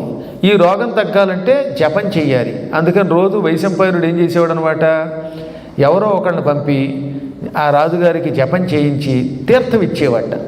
ఒక రోజున ఈ యాజ్ఞవల్క్యుడిని పంపాడు. యాజ్ఞవల్క్యుడు వెళ్ళే సమయానికి అక్కడ రాజుగారు వేరే పనిలో ఉంటే, నీకు ఇవ్వాల్సిన తీర్థం ఈ చెట్టుకు పోసేస్తున్నానని చెట్టులో పోస్తే చెట్టు బతికిందిట. అంటే అంత గొప్ప తపస్యాలి. అప్పుడు వైశంపాయనుడు, నేను చెప్పాను వెళ్ళి ఆయనకి తీర్థం ఇయ్యి అన్నాడు. నేను వెళ్ళనండి అన్నాడు. నేను చెప్పిన మాట వినకపోతే నా దగ్గర ఉన్న విద్యలన్నీ నేర్చుకున్నవి కక్కేయి అన్నట్ట. వెంటనే కక్కేసాడండి. గురువుగారికి ద్రోహం చేయడం వల్ల గురువుగారికి మండి, నేను ఇచ్చిన విద్యలని కక్కండి నెత్తిమీదలా మొట్టిగా పట్టగానే మొత్తం నేర్చుకున్న విద్యలని వాంతి రూపంలో బయటకు వచ్చాయి. అతడు చదువుకున్న వేదములు, ఇతిహాసములు, పురాణములు, మంత్రములు ఏదో మన అన్నం తిని కక్కినట్టుగా కక్కేశాడు. అవి నిజానికి వాంతి రూపంలో కనపడుతున్నవి వాంతి కాదు, ఇండైజేషన్ వల్ల వచ్చిన వాంతి కాదు. ఆ మధ్యన ఒక ఆయన ఎవరు వియ్యాల వారి ఇంటికి వెళ్ళి తిని కక్కాట. అలా కక్కిన కక్కుడు కాదు ఇది. విద్యలు, ఆ విద్యలు వ్యర్థం కాకూడదు కదా. అందుకని వైశంపాయనుడు తక్కిన శిష్యుల్ని పిలిచాడు. ఒరే నాకేంటంటే, చిచ్చి అవి ఎంత విద్యలైనా పైకి వాంతి రూపంలో ఉంటే మేము ఎలా నాకుతాం అనగానే వాడిని తిత్తిరి పక్షులుగా మార్చాడు. తిత్తిరి పక్షులని పక్షులు ఉంటాయి, అవి మనుషులు కక్కుకుంటూ వచ్చి తిని వెళ్ళిపోతాయండి. ఇంతంత పెట్లు ఉంటాయి చూడండి, మీ ఇంటి దగ్గర కనపడుతుంటాయి అప్పుడప్పుడు. నేను ఇక్కడ కూడా చూశాను తిత్తిరి పక్షులు. రాత్రి పూట అప్పుడప్పుడు తమాషాగా అరుస్తాయి. ఈ తిత్తిరి పక్షులు ఆ విద్యలు సేకరించడం వల్ల అప్పటి నుంచి తైత్తిరీయ శాఖ అన్నారు దాన్ని. ప్రత్యేకంగా తైత్తిరీయ ఉపనిషత్తు అలా పుట్టుకొచ్చింది. సరే, ఇప్పుడు విద్యలు పోయాయి గురువుగారి కోపం వల్ల. అప్పుడు యాజ్ఞవల్క్యుడు ఏడుస్తూ సూర్యుడి దగ్గరికి వెళ్ళాడు. సూర్యదేవ, మా గురువుగారి వల్ల నేను శాపానికి గురయ్యాను, నాకు విద్యలు లేవు, చదువు లేకుండా అయిపోయాను, నాకు విద్యలు ఇవ్వమంటే నేను ఇవ్వలేను, మీ గురువుగారిని పట్టుకోవాల్సిందే అన్నాడు. అప్పుడు మళ్ళీ ఆయన సరస్వతిని ప్రార్థించాడు. వ్యాసుడిచ్చిన సరస్వతీ కవచం చదివాడు. దేవీ భాగవతం 9వ స్కంధంలో ఆ విషయం స్పష్టంగా ఉంటుంది. 13 శ్లోకములతో ఓం ఐం హ్రీం క్లీం సరస్వత్యై స్వాహ శిరోమే పాతు సర్వతః. ఈ స్తోత్రం యూట్యూబ్లో ఉంటుంది. వద్దిపర్తి పద్మాకర్ సరస్వతీ కవచం అని కొట్టండి. అద్భుతమైన కవచం అది. ఈ సరస్వతీ కవచం మీరు రోజు వినండి. మంచి పండితులు అవుతారు, తెలివితేటలు వస్తాయి, ఉద్యోగాల్లో విజయం పొందుతారు, జ్ఞాపక శక్తి పెరుగుతుంది, మీ ఇంటికి గూగుల్ పెట్టుకోకుండా వెళ్ళగలుగుతారు. రోజు ఇక్కడికి వస్తారు ఆడిటోరియానికి. మళ్ళీ ఇంటికి వెళ్ళేటప్పుడు కూడా after quarter mile take left అంటే కానీ ఇంటికి వెళ్ళలేదు. కర్ణపిశాచి. ఈ కర్ణపిశాచి అయితే వాడు కొంపవాడికి తెలియదు. ఎయిర్పోర్ట్ నుంచి ఇక్కడికి వచ్చేటప్పుడు మళ్ళీ కర్ణపిశాచి వాడు చెప్పండి. దారి పొడుగు పోతాం, అందులో చూసుకోవడం, మళ్ళీ హఠాత్తుగా స్టీరింగ్ ఇలా తిప్పడం. జ్ఞాపక శక్తి అలా ఉంది మనకి అని నేను అనలేదు, వ్యాసుడు అన్నాడు. కాబట్టి ఈ సరస్వతీ కవచం రోజు శ్రద్ధతో వింటే జ్ఞాపక శక్తి పెరుగుతుంది. ఇంత సరస్వతీ కవచం చదివితే అప్పుడు ఆవిడ ఏమందో తెలుసా, నీకు విద్యను ఇస్తానరా, కానీ ఒక్కసారి మీ గురువుగారి దగ్గరికి వెళ్ళి, గురుదేవా నేను మళ్ళీ విద్య నేర్చుకుంటాను, క్షమించమని ప్రార్థించు అంటే ఇవ్వలేదు విద్య ఆవిడ. ప్రార్థించండి. అప్పుడు మళ్ళీ ఏడుస్తూ వెళ్ళి, స్వామి గురుద్రోహం చేశాను, నన్ను క్షమించండి అనగానే, నాకేం కోపం ఉంటుందిరా, నేను గురువునిరా, సరే వెళ్ళి విద్య నేర్చుకో అన్నాడు ఆయన. అప్పుడు సరస్వతి ఆయన ఆవహిస్తే సూర్యుడి దగ్గరికి వెళ్ళాడు. సూర్యుడు ఏమన్నాడు, నేను నీకు పాఠం చెప్పాలంటే నాతో పాటు పరిగెత్తాలన్నట్ట. సూర్యుడు ప్రయాణం చేస్తాడు కదా, ప్రయాణం చేస్తుంటే కూడా వింటుంటే స్వరం మారిపోయింది, ఓ మంత్రం అటు శబ్దం ఇటు వెళ్ళింది. అందువల్ల ఏమైపోయిందనమాట, యజుర్వేదాన్ని సూర్యుడు నేర్పుతూ ఉంటే ఇది కాస్త అటు ఇటు మారి కొత్త యజుర్వేదం తయారయ్యింది. అందుకని సూర్యుడు ఏమన్నాడు, ఈ రోజు నుంచి నీ యజుర్వేదములకు శుక్ల యజుర్వేదం అని పేరెడుతున్నాను. ఎంతో పూర్వం ఉన్న యజుర్వేదం కృష్ణ యజుర్వేదం అన్నాడు. అక్కడి నుంచి మళ్ళీ 2 శాఖలు వచ్చాయి. శుక్ల యజుర్వేదం యాజ్ఞవల్క్య శాఖ, కృష్ణ యజుర్వేదం. ఆయన పరమ తపస్యాలి కాబట్టి యాజ్ఞవల్క్యుడు మళ్ళీ గురువుగారు అనుగ్రహం పొంది సరస్వతీ కవచం చదివి సూర్యుడి ద్వారా నేర్చుకుని అద్భుతంగా శుక్ల యజుర్వేదం తయారు చేశాడు. మాదిరివాడైతే మళ్ళీ అలా తట్టుకోలేడు. కాబట్టి గురువు మాట కాదంటే ఎన్ని కష్టాలు వస్తాయో చూడండి ఒకసారి. అప్పటి నుంచి ఒక యజుర్వేదం 2 అయిపోయిందనమాట. ఎక్కువ మంది కృష్ణ యజుర్వేదంలో ఉంటారు, సహజంగా మళ్ళీ చుక్కల ఎదుర్వేదం అని ఇంకో శాఖ వచ్చింది. కాబట్టి ఎందుకు చెబుతున్నాం ఇదంటే గురుభక్తి ఎప్పుడూ విడిచిపెట్టరాదు. ప్రాణం పోయినప్పటికీ గురువు పాద సేవను విడిచిపెట్టని వాడు గురువు యొక్క అనుగ్రహం పొందుతాడు. అటువంటి మంత్రమునిచ్చే గురువు యొక్క మహిమని తెలియజేసే కథలు మన మానవ కథలో కూడా ఉంటాయి. మీరు వాటన్నిటినీ కూడా సేకరించి తరించెదరుగా కానీ మంగళాశాసనం చేస్తూ రేపటి నుంచి మేము సముద్రంలో సప్తాహం చేస్తున్నాం. పూర్వం ఎప్పుడో నారద మహర్షి సాగర సప్తాహం చేశాడు. సముద్రంలో పడుకొని ఉన్న విష్ణువు దగ్గరికి వెళ్ళి భాగవతం చెప్పాట. ఏది విష్ణు కథ విష్ణువుకి. ఆ అవకాశం ఈ శరీరంతో కుదురుతుందో లేదోనని మేమేం చేసాం, నౌకలో సాగర సప్తాహం పెట్టుకున్నాం. అందులో విష్ణువుని ఆవాహన చేసి కలశస్థాపన చేసి దీక్షా కంకణ ధారణ చేసి అద్భుతమైన క్రూజులో సప్తాహం చేస్తున్నాం. ఈ సంవత్సరం కొంతమందికి అవకాశం ఉంది. నెక్స్ట్ ఇయర్ మీరు తలుచుకుంటే మళ్ళీ ఇంకో ఆర్గనైజేషన్ చేసుకోవచ్చు, ఏముంది కదా. ఇంకా నాకు ఒక 30 ఏళ్ల వరకు పురాణం చెప్పే ఓపిక ఉందనుకుంటున్నాను. ఆ తర్వాత ఎలాగో నేను వైకుంఠానికి వెళ్ళిపోతాను. నన్ను పట్టుకుంటే నాతో కూడా రావచ్చు, కాకపోతే అరవకూడదు. పూర్వం ఒక కథ ఉంది. ఆంజనేయ స్వామి వారి దగ్గర కొంతమంది వచ్చారట. ఆంజనేయ నువ్వంటే సముద్రం దాటి లంకకి వెళ్ళావు, లంకను చూసావు, మాకు లంకను చూడాలనుంది, మేము ఎగరలేం కదా, మమ్మల్ని తీసుకెళ్ళారు కానీ నా తోక పెంచుతాను పొడుగ్గా, పిల్లకోతులు దాన్ని గట్టిగా పట్టుకోండి అనగానే పట్టుకున్నారు వాళ్ళు. ఈయన తోక పెంచాడు, వాళ్ళు పట్టుకున్నారు. ఇంకా మరి కొంతసేపట్లో సముద్రం వస్తుందనగా ఇక్కడ నుంచి మీరు ఎవరో అరవకూడదు, కోతులు అరుస్తున్నాయి అని చేత మాట్లాడకూడదు, అరవకూడదు అని కానీ వెంటనే వాడు చేతులు వదిలేసి అరవం అరవం అన్నారు. డామని పడ్డారట వాళ్ళు. అరవం అరవం అని అక్కడ పడ్డారట. అందుకని అరవ భాష ఇందులో తమాష కాదు వద్దులేండి. అదేంత అరవకుండా ఉంటే ఆంజనేయ స్వామి తోకపుచ్చుకుంటే వెళ్ళినట్లుగా మీరందరూ కూడా వైకుంఠానికి రావచ్చు. భక్తి శ్రద్ధలతో సందేహం లేకుండా భగవద్ అనుగ్రహం మీకు కలుగుగాక. అనేక ప్రాంతముల నుంచి మా శిష్యులు పరమమధురమైనటువంటి భారతదేశం నుంచే కాకుండా అనేక దేశాల నుంచి వచ్చారు. తమిళ, ఆంధ్ర, కేరళ, కర్ణాటక, ఉత్తరప్రదేశ్ ఇన్ని ప్రాంతాల నుంచి వచ్చినటువంటి అనేక భక్తులందరికీ పదే పదే మంగళాశాసనాలు చేస్తున్నాం. గోవిందా. సన్నుతి చేయవే మనస, సన్నుతి చేయవే మనస, ఆపన్న శరణ్యుని హరిని, సన్నుతి చేయవే మనస, ఆపన్న శరణ్యుని హరిని,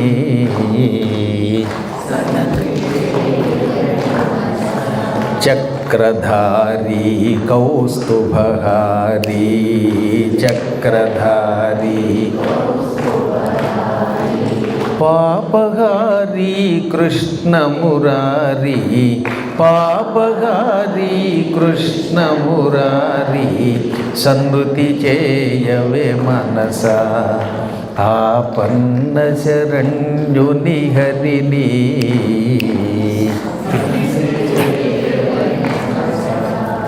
మరులు గొల్లిపే సిరులు మేను, మరులు గొల్లిపే సిరులు మేను, నిలువబోవే మనసా, మరులు గొల్లిపే సిరులు మేను, నిలువబోవే మనసా, స్థిరము కాని ఇహ భోగముల పరము మరువకే మనసా, గోపబాలుని మురళీలోలుని, గోపబాలుని మురళీలోలుని, సన్నుతి చేయవే మనస, ఆపన్న శరణ్యుని హరిని,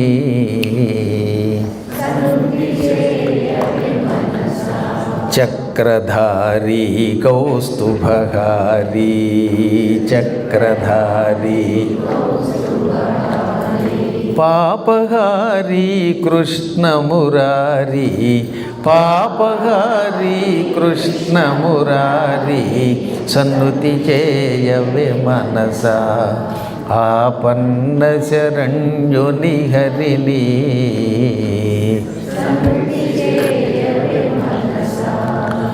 ఆదిదేవుని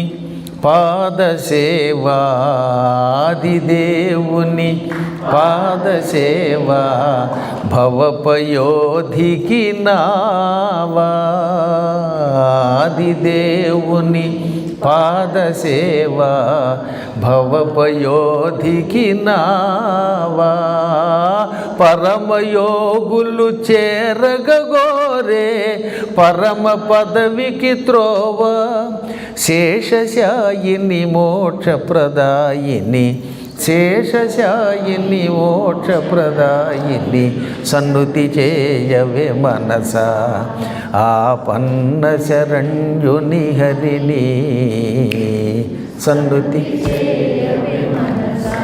చక్రధారి కౌస్తుభహారి చక్రధారి పాపహారి కృష్ణమురారి పాపహారి కృష్ణమురారి సన్నుతి చేయవే మనసా ఆపన్న శరణ్యుని హరిని సన్నుతి చేయవే మనసా సన్నుతి చేయవే మనసా సన్నుతి చేయవే మనసా